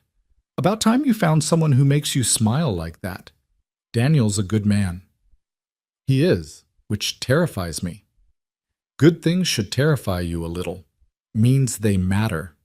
Vivian went to check on Theo, finding him asleep with a smile on his face, his walker positioned beside the bed, a symbol of progress, of hope, of the future they were building one step at a time. She stood in his doorway for a long moment, thinking about all the ways her life had changed since the night she'd caught Daniel helping her son. How one decision to trust instead of control had cascaded into transformation. How the janitor she'd overlooked had become the partner she'd needed. How admitting weakness had somehow made her stronger. Her phone buzzed, a text from Daniel. "Thank you for tonight. For taking a chance on me. Sweet dreams." Vivian typed back, "Thank you for being worth the chance. Sleep well." She went to bed and actually slept through the night for the first time in months. No anxiety dreams about board meetings or hostile takeovers, just peaceful darkness and the warmth of possibility. The morning of August 15th dawned clear and warm, the kind of perfect late summer day that felt designed for miracles. Vivian woke early, nerves and excitement tangling in her chest, because today was the day they'd been building toward for months. Today, Theo would attempt to walk completely unassisted, no parallel bars, no walker, no hands supporting him. Just his own strength, his own balance, his own belief that his body could do what everyone had once said was impossible. She found Daniel already in the living room at 6 a.m., setting up equipment and reviewing his notes with the kind of focused intensity that meant he was just as nervous as she was. He looked up when she entered, and the smile that crossed his face made her heart do complicated things. "Couldn't sleep either?" he asked. "Too excited, too terrified. Pick one." Vivian moved to his side, looking at the progression charts he'd been updating. "Is he ready for this?" "His strength is there. His balance has improved dramatically. His confidence is probably the strongest I've seen in any patient." Daniel set down his pen and turned to face her. "But you're really asking if I'm sure, if I can guarantee this will work. And I can't. I can tell you he's prepared as anyone could be. The rest is up to his body and his determination. And if he can't do it, if he tries and falls, then we catch him, we adjust the plan, and we try again another day. But Vivian," Daniel took her hands, his touch steady and grounding. "I really think he's going to do this. I've been doing this work for 18 years, and I know what breakthrough looks like. Theo's right there." Dr. Patel arrived at 9, wanting to observe and document what she openly called the most remarkable recovery I've seen in my career. Mrs. Chen hovered anxiously, alternating between excitement and worry. And at 10 o'clock, when Theo woke and learned what day it was, his face lit up with a mixture of joy and determination that made everyone in the room believe in miracles. "Today's the day?" he asked, his voice small but steady. "Today's the day," Daniel confirmed. "If you're ready, no pressure, no rush. We can wait if you want more time." "I'm ready. I've been ready forever." Theo looked at his mother. "Will you watch, Mom? I wouldn't miss this for anything in the world." They gathered in the living room, the space they'd converted into a therapeutic gym months ago. The parallel bars stood ready if Theo needed them, the walker positioned nearby just in case. But in the center of the room, they'd cleared an open path, 15 feet of empty floor that represented a journey far longer than its physical distance. Daniel helped Theo transfer from his wheelchair to a standing position at the edge of the path. Theo's legs trembled slightly. They always did initially, but held firm as Daniel stabilized him and then slowly, carefully, let go. "Okay, buddy," Daniel said quietly, moving to stand at the far end of the path. "Remember everything we've practiced. Core tight, weight through your heels, eyes forward on your target. Don't think about your legs. Let them do what they've learned to do. Just focus on coming to me." "What if I fall?" "Then I catch you. I'm right here. I will always catch you." Daniel's voice carried absolute conviction. But Theo, you're not going to fall. You're going to walk across this room and give me the biggest high five of your life. Vivian positioned herself to the side, close enough to help if needed, but out of Theo's direct line of sight. Her hands were clenched so tightly, her nails cut into her palms. Dr. Patel had her tablet ready to record, and Mrs. Chen was openly crying already, not even trying to hide the tears. Theo took a deep breath, then another. He looked at Daniel across those 15 feet, and something shifted in his expression, the fear falling away, replaced by pure determination. And then he stepped forward. His first step was tentative, his leg shaking with effort, but it held. The second step came more confidently. The third, fourth, fifth, each one stronger than the last. His arms spread slightly for balance, his face a mask of concentration, his whole body engaged in the monumental task of doing what it hadn't been able to do for 18 months. Halfway across the room, his left leg wobbled. Vivian's breath caught, and she almost lunged forward. But Daniel held up one hand, a subtle signal to wait, and Theo corrected his balance without assistance. He kept going, 10 feet, 11, 12. "You're doing it," Daniel said, his voice thick with emotion. "Keep coming, almost here." 13 feet, 14. Theo reached Daniel and collapsed forward into his arms, his legs finally giving out from the effort. But he'd done it. He'd walked completely unassisted for 15 feet, and everyone in the room was crying, including Daniel, who caught Theo and held him like he was the most precious thing in the world. "I did it," Theo whispered, his voice filled with wonder. "Daniel, I did it. I walked." "You did it. I knew you could. I always knew." Daniel pulled back to look at Theo's face, his own eyes shining. "I am so incredibly proud of you." Vivian rushed forward, wrapping both of them in her arms, unable to articulate the overwhelming cascade of emotions flooding through her. Relief, joy, pride, gratitude, love, all of it tangled together in a moment of pure, perfect triumph. "My brave boy," she managed to say. "My incredible, strong, amazing boy." Dr. Patel was documenting everything, her professional mask cracked by a smile that suggested she was just as moved as everyone else. 15 feet, completely unassisted, excellent form and balance correction. "This is remarkable, Theo. Truly remarkable." Mrs. Chen brought Theo's wheelchair over and they helped him settle into it, his legs exhausted from the effort, but his spirit absolutely soaring. He couldn't stop smiling, couldn't stop talking about how it felt, how his legs remembered, how he knew he could do more. "Can I do it again?" he asked eagerly. "I want to try for 20 feet. "Tomorrow," Daniel said firmly but kindly. "You just did something your body hasn't done in a year and a half. We need to let your muscles recover, make sure we don't push so hard you get injured.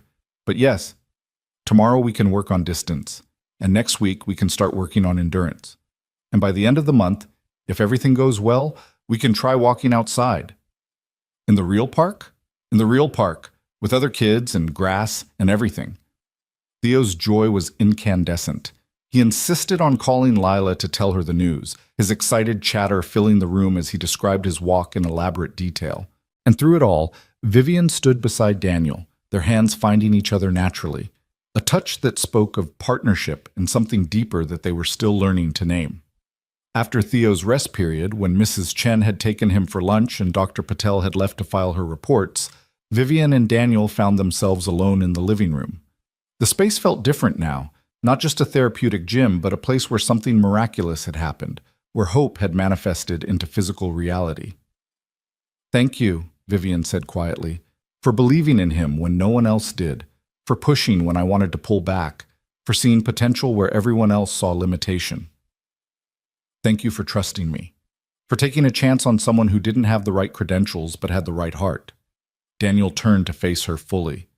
"And for building something bigger than just Theo's recovery. The community center opens next month, and it's going to change lives, Vivian. Kids who would have been written off will get the care they deserve. That's your legacy as much as any company you've built." Our legacy. This was a partnership. Speaking of partnership, Daniel seemed to gather his courage. "Lila wants to know when she can have a play date with Theo. and I've been trying to figure out how to explain to an 8-year-old autistic girl what exactly our relationship is. But I realized I don't actually know myself. We've been dating for 6 weeks, and we haven't really defined what this is. Vivian felt her pulse quicken. What do you want it to be? I want... Daniel stopped, choosing his words carefully. I want you in my life. Really in it, not just as Theo's mom or my business partner. I want dinners together where we talk about everything and nothing. I want Lila and Theo to grow up together, to be the siblings neither of them has. I want to wake up looking forward to seeing you and go to bed grateful you exist. He paused. I want something real and lasting, if you're willing to build it with me. I'm willing, more than willing.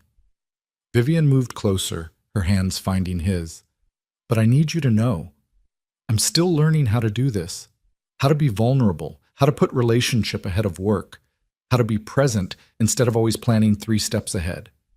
I'm going to mess up, probably frequently, and I'm still figuring out how to move forward while honoring the past, how to build something new without feeling like I'm betraying Sarah's memory, how to be a good father while also being a good partner. Daniel smiled slightly. So we'll mess up together and figure it out as we go. That's what people do, right? I have no idea. I've never actually done this before. The real thing, not just dating for appearances or convenience. Vivian laughed, the sound shaky but genuine. We're probably going to be terrible at it. Probably. But we'll be terrible at it together, which makes it better. They kissed then, soft and slow and full of promise. The kind of kiss that felt like coming home. When they pulled apart, Vivian found herself crying again. Not from sadness, but from the overwhelming realization that her life had transformed completely from what it had been a year ago. She'd been so certain she knew what success looked like, what power meant, what mattered.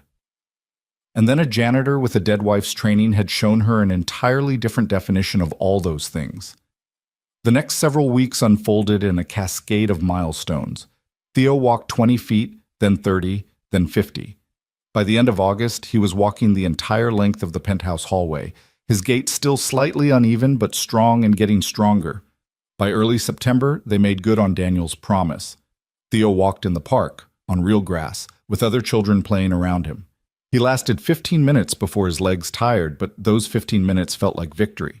The Harbor Heights Community Center opened on September 20th, with a celebration that drew hundreds from the neighborhood. The converted warehouse gleamed with fresh paint and new equipment, every space designed with accessibility and inclusion in mind. Maria Santos gave a speech that made everyone cry, thanking Vivian and Daniel for turning an impossible dream into reality. Daniel spoke about continuing his wife's legacy, his voice steady despite the emotion clearly overwhelming him. And Vivian, who'd given countless corporate presentations without nervousness, found herself almost paralyzed with anxiety when it came time for her remarks. She stood at the podium looking at the crowd. Families who'd never been able to afford private therapy, kids with disabilities who'd been underserved by the system, volunteers who'd given their time because they believed in the mission. I built a company worth $3 billion, she said, her voice carrying over the crowd. I thought that was success. I thought accumulating wealth and power was what mattered. And then I watched a man with no money and no credentials help my son walk again. And I realized I'd been measuring success by the wrong metrics my entire life. She looked at Daniel, standing in the front row with Lila on his shoulders and Theo beside him. This center isn't charity. It's not a tax write-off or a PR initiative. It's a promise that every child deserves access to care that believes in their potential, regardless of their family's bank account. That's what real success looks like. Everything else is just numbers on a balance sheet. The applause was thunderous. Later, as the celebration continued, Vivian found herself talking to a mother whose son had cerebral palsy, who'd been on a waiting list for therapy for 2 years.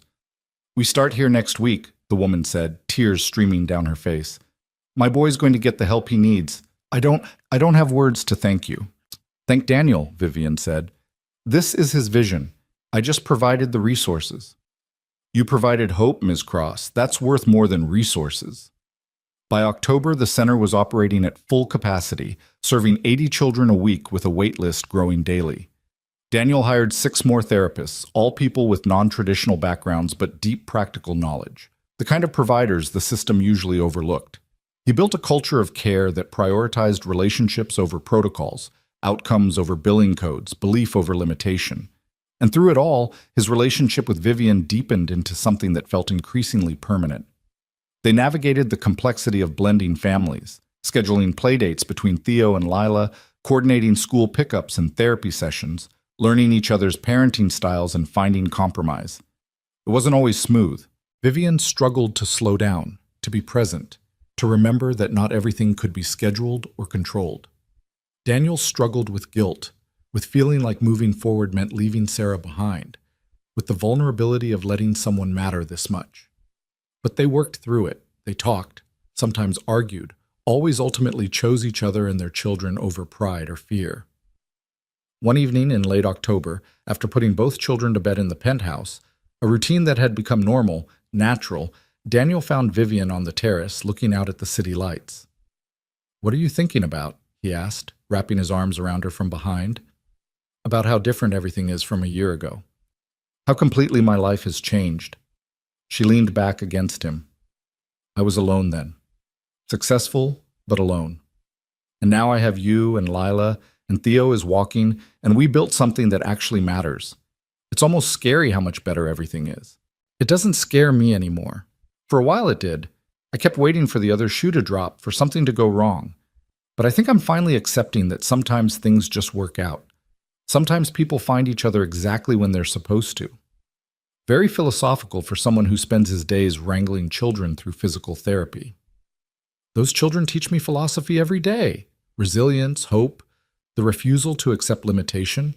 That's wisdom worth learning." They stood in comfortable silence for a while, and then Vivian turned in his arms to face him. "Move in with us," she said. "You and Lila. Not because it's practical or convenient, but because I want to wake up next to you every morning and fall asleep beside you every night. Because Lila and Theo are already siblings in everything but paperwork. Because I'm tired of saying goodbye at the end of the day, when what I want is to build a life with you." Daniel's expression cycled through surprise, uncertainty, and then something that looked like cautious hope. "That's a big step." "I know, and if you're not ready, I understand, but I need you to know I'm ready. For all of it. The mess and the complexity and the beautiful chaos of building a family that doesn't look like anyone's traditional definition, but feels more right than anything I've ever known. Lila would need her own room, space for her art supplies and sensory equipment, a consistent routine that doesn't change because you have a business crisis. Done. We'll convert my office. It's the quietest room, perfect for her needs. And I've been restructuring my responsibilities at work, delegating more, because I finally understand that being present matters more than being indispensable. And Theo, how does he feel about this? He asked me last week when you and Lila were moving in. Apparently he thinks it's already decided." Vivian smiled. "He's been planning how to share his toys and which movies to watch for family movie night." Daniel was quiet for a long moment, his hands resting on her waist, his expression thoughtful. "Sarah and I used to talk about having more kids, building a big, chaotic family, and then she got sick, and that dream died with her." His voice roughened with emotion. "I thought that was it for me. One daughter, one great love, and a lifetime of making peace with what I'd lost. But Vivian, with you, I feel like I get a second chance at the family we wanted, not replacing what I had, but building something new that honors the past while embracing the future." "So that's a yes?" "That's a yes. On one condition." "Name it." "We do this as a real family, not you as the wealthy benefactor providing housing, and I'm the grateful recipient. We're partners, equal voices in how we raise these kids, how we structure our lives, how we build this thing between us. Equal partners, always." Vivian kissed him, sealing the promise. "When do you want to tell the kids?" "They probably already know. Theo apparently has it all planned out, and Lila has a sixth sense for changes before they're announced." They were right. The next morning at breakfast, when Daniel and Vivian gathered both children to explain that Daniel and Lila would be moving into the penthouse, Theo's response was an enthusiastic, "Finally!" and Lila's was a careful nod followed by, Can I paint my new room blue? Blue is calming. Any color you want, Vivian promised. We'll make your space exactly right for you. The move happened gradually over November. Daniel and Lila bringing their belongings bit by bit, transforming the penthouse from Vivian's carefully curated showcase into something warmer, more lived in, infinitely more homey. Lila's drawings covered the refrigerator. Daniel's therapy equipment found space beside Theo's. A second wheelchair for Lila's bad days when sensory overload made walking difficult joined Theo's walker in the hallway. Children's laughter filled rooms that had been silent for too long. Dr. Patel visited in mid-November for Theo's quarterly assessment and found herself watching the family interact over lunch. Theo helping Lila with her sandwich when her hands weren't cooperating, Daniel and Vivian moving around each other in the kitchen with practiced ease, Mrs. Chen beaming at all of them like a proud grandmother. "This is good for him," Dr. Patel told Vivian privately. "Not just the continued therapy, but the emotional stability. He's thriving." "We all are," Vivian said, and meant it. Thanksgiving arrived cold and clear, and for the first time in years, Vivian had family to celebrate with. They cooked together, Daniel handling the turkey with surprising skill, Vivian managing sides with Mrs. Chen's patient guidance, the children setting the table with elaborate care. Maria Santos joined them, bringing her husband and grandchildren, the community center's success a shared achievement to celebrate. Over dinner, they went around the table sharing gratitude. When it came to Theo's turn, he said simply, "I'm thankful I can walk now, and I'm thankful for Daniel teaching me, and I'm thankful Lila is my sister." Lila, who'd been carefully arranging her food into color-coordinated sections, looked up. "Sister," she repeated, testing the word. Then, with that serious expression she wore when making pronouncements she deemed important, "Theo is my brother. That's a fact." The adults exchanged glances over the children's heads, and Vivian felt her heart expand with love for this strange, beautiful family they'd built from broken pieces. December brought the first real snow and Theo's boldest achievement yet. On a crisp Saturday morning, with Daniel supervising and Dr. Patel documenting, Theo walked a full city block, 4,200 feet, 21 minutes, with only 2 short rest breaks. His gait was still marked by the lingering effects of his injury, probably always would be, but he was walking. Really, truly walking. "Can I run next?" he asked afterward, flushed with triumph and exhaustion. "Let's master consistent walking first," Daniel said, but his smile suggested the goal wasn't as impossible as it might once have seemed. "But yeah, buddy, eventually you'll run." That evening, after the children were asleep, Vivian and Daniel sat together in the living room, the space lit by Christmas lights Lila had insisted on hanging in mathematically precise intervals. Daniel had been quiet all day, his expression distant in a way that suggested he was processing something significant. "What's on your mind?" Vivian asked, curling into his side. "I was thinking about Sarah, about the promise I made her." Daniel's arm tightened around Vivian. "I told her I'd keep helping kids, that I wouldn't let her work die with her, and I've kept that promise. The community center, Theo, all the kids we're reaching, she'd be so proud of what we've built." "She would be. You honored her beautifully. But I was also thinking, I made promises to her about our future together, about growing old together, about building a life, and I can't keep those promises. She's gone, and I'm here, and I've fallen in love with someone else." His voice cracked slightly. "And I hope, she'd want that for me. Want me to be happy, to build something new, to not spend the rest of my life mourning what I lost. I'm sure she would want that. Anyone who loved you would want you to find happiness again." I went to her grave yesterday, first time in months, and I told her about you, about us, about Theo and how he's walking now, about the center and Lila's progress, and this life we're building. Daniel pulled back to look at Vivian's face, and I felt like, I don't know, like she gave me permission to move forward, like she was saying it's okay to love again, to build again, to be happy again. Daniel, and I realized I'm ready. Not just ready to move in or be in a relationship, but ready for forever. Ready to build a real family, make real commitments, stop hedging my bets in case it all falls apart. He took her hands, his grip firm and steady. I love you, Vivian. I love your strength and your vulnerability, your fierce protection of Theo and your growing tenderness with Lila. I love how you're learning to be present, how you fight for what matters, how you transformed your entire life when you realized what really mattered.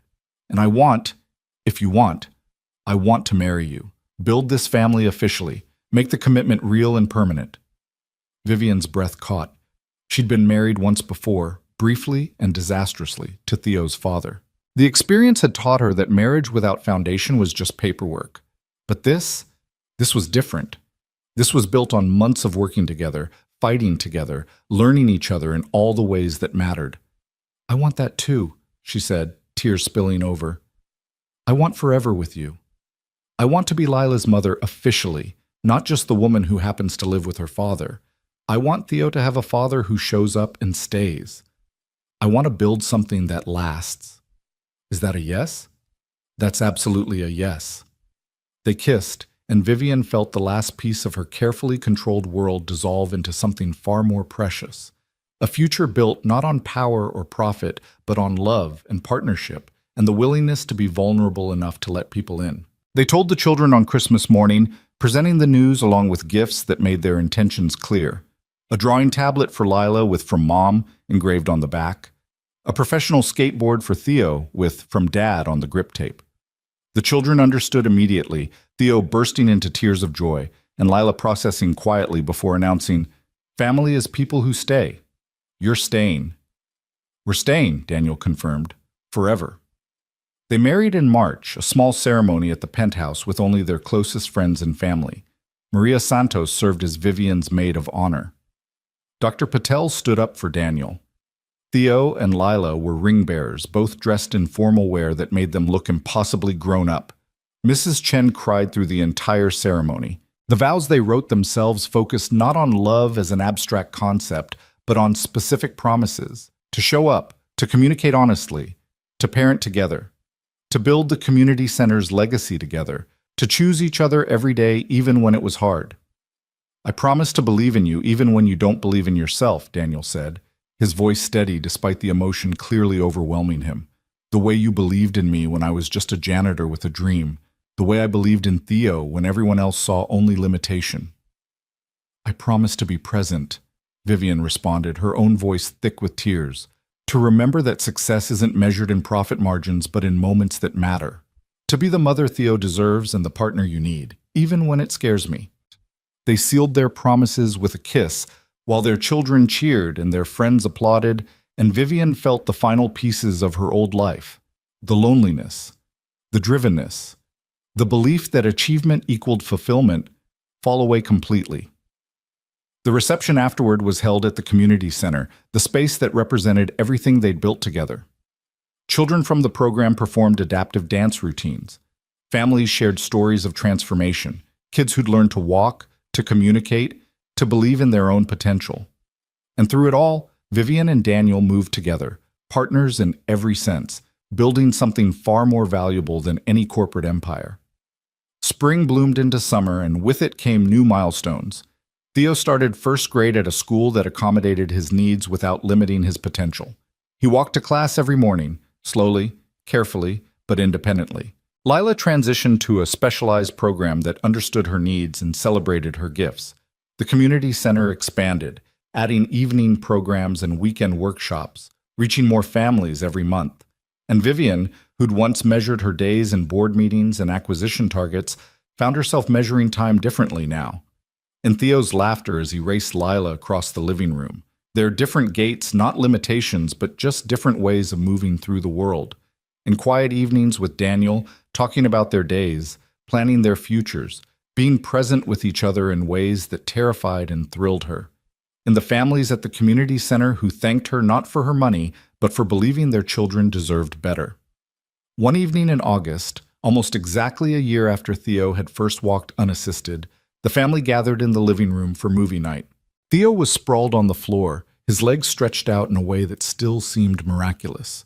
Lila sat beside him, showing him her latest drawing, a portrait of their family, each figure rendered in meticulous detail. Daniel and Vivian occupied the couch, his arm around her shoulders, her head resting against his chest. "Hey, Mom," Theo said during a quiet moment in the movie. "Do you remember when I asked if you thought I'd ever run?" "I remember." "Daniel said eventually I would, if I kept working hard. And I've been thinking, I want to try, for real. Not just walking fast, but actually running." Vivian looked at Daniel, saw the careful consideration on his face as he evaluated Theo's readiness. "What do you think?" she asked him. "I think—" Daniel paused, that familiar thoughtfulness that meant he was balancing hope against caution. "I think we can start training for it. It'll be hard work, lots of strength building, balance exercises, cardiovascular endurance. And even with all that, running might look different for you than for other kids. But if you're willing to put in the work, I'm willing to help you try." "I'm willing. I'll work really hard, I promise." "Then we'll start next week. Build a new progression plan. See what's possible." Daniel smiled. "You've surprised me before, buddy. Who knows what you're capable of?"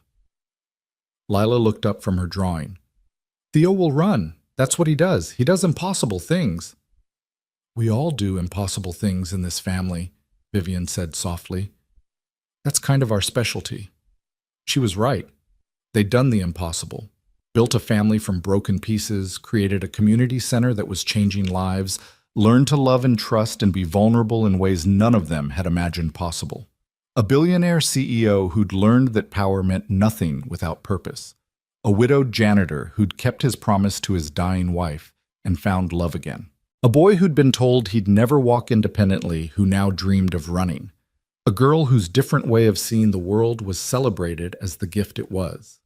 They were a family built not by blood or convention, but by choice, by belief, by the willingness to show up for each other even when it was hard. As the movie played on and the children settled into comfortable silence, Vivian found herself thinking about the night that had started everything, standing outside Theo's door, hearing laughter, seeing Daniel help her son in ways she'd never imagined possible. She'd been so certain that night that she understood how the world worked, that money and power could solve any problem, that control was safety. She'd been so wrong, and she'd never been more grateful to be wrong about anything in her life. "I love you," she whispered to Daniel, quiet enough that only he could hear. "I love you too," he whispered back. "Thank you for seeing me, for taking a chance on a janitor with nothing to offer but belief and stubborn hope. You had everything to offer. I just had to learn what everything really meant." They sat together as the movie ended and the children drifted towards sleep, Theo's head pillowed on Lila's stuffed rabbit, Lila's hand resting on her brother's shoulder. A family that shouldn't have worked on paper but was perfect in practice. A family that proved sometimes the best things in life came not from careful planning, but from the courage to trust, to be vulnerable, to believe in impossible things. Outside, the city lights glittered against the darkening sky, the empire Vivian had built still standing but no longer defining her worth. Inside, in this penthouse that had once been a showcase of success, but was now a home, 4 people who'd found each other against all odds slept peacefully, secure in the knowledge that they were exactly where they belonged. And somewhere in the night, perhaps, Sarah Mercer's spirit smiled. Her work continued, her husband happy, her promise kept in ways that transcended her own lifetime. Love multiplying instead of dividing, spreading outward in ripples that touched countless lives. The janitor who'd been invisible became the father who was indispensable. The CEO who'd had everything discovered what actually mattered. The boy who couldn't walk learned to believe in his own strength. The girl who saw the world differently taught others to see beauty in patterns they'd overlooked. And together, they built something far more valuable than any empire. A family bound not by obligation but by choice. Not by circumstance, but by love. Not by what they'd been, but by who they'd chosen to become. That was the real miracle. Not Theo walking, though that was miraculous enough. Not the community center, though it would change thousands of lives. The miracle was this, that broken people could heal each other, that different didn't mean lesser, that the most valuable things in life couldn't be bought or controlled, but only built through patience, belief, and the courage to love without reservation. In the morning, they would wake and begin again. Therapy sessions and work meetings, school drop-offs and family dinners, the beautiful chaos of building a life together. There would be setbacks and challenges, moments of doubt and fear, because that was the nature of being human. But they would face it all together. And that made all the difference. The end.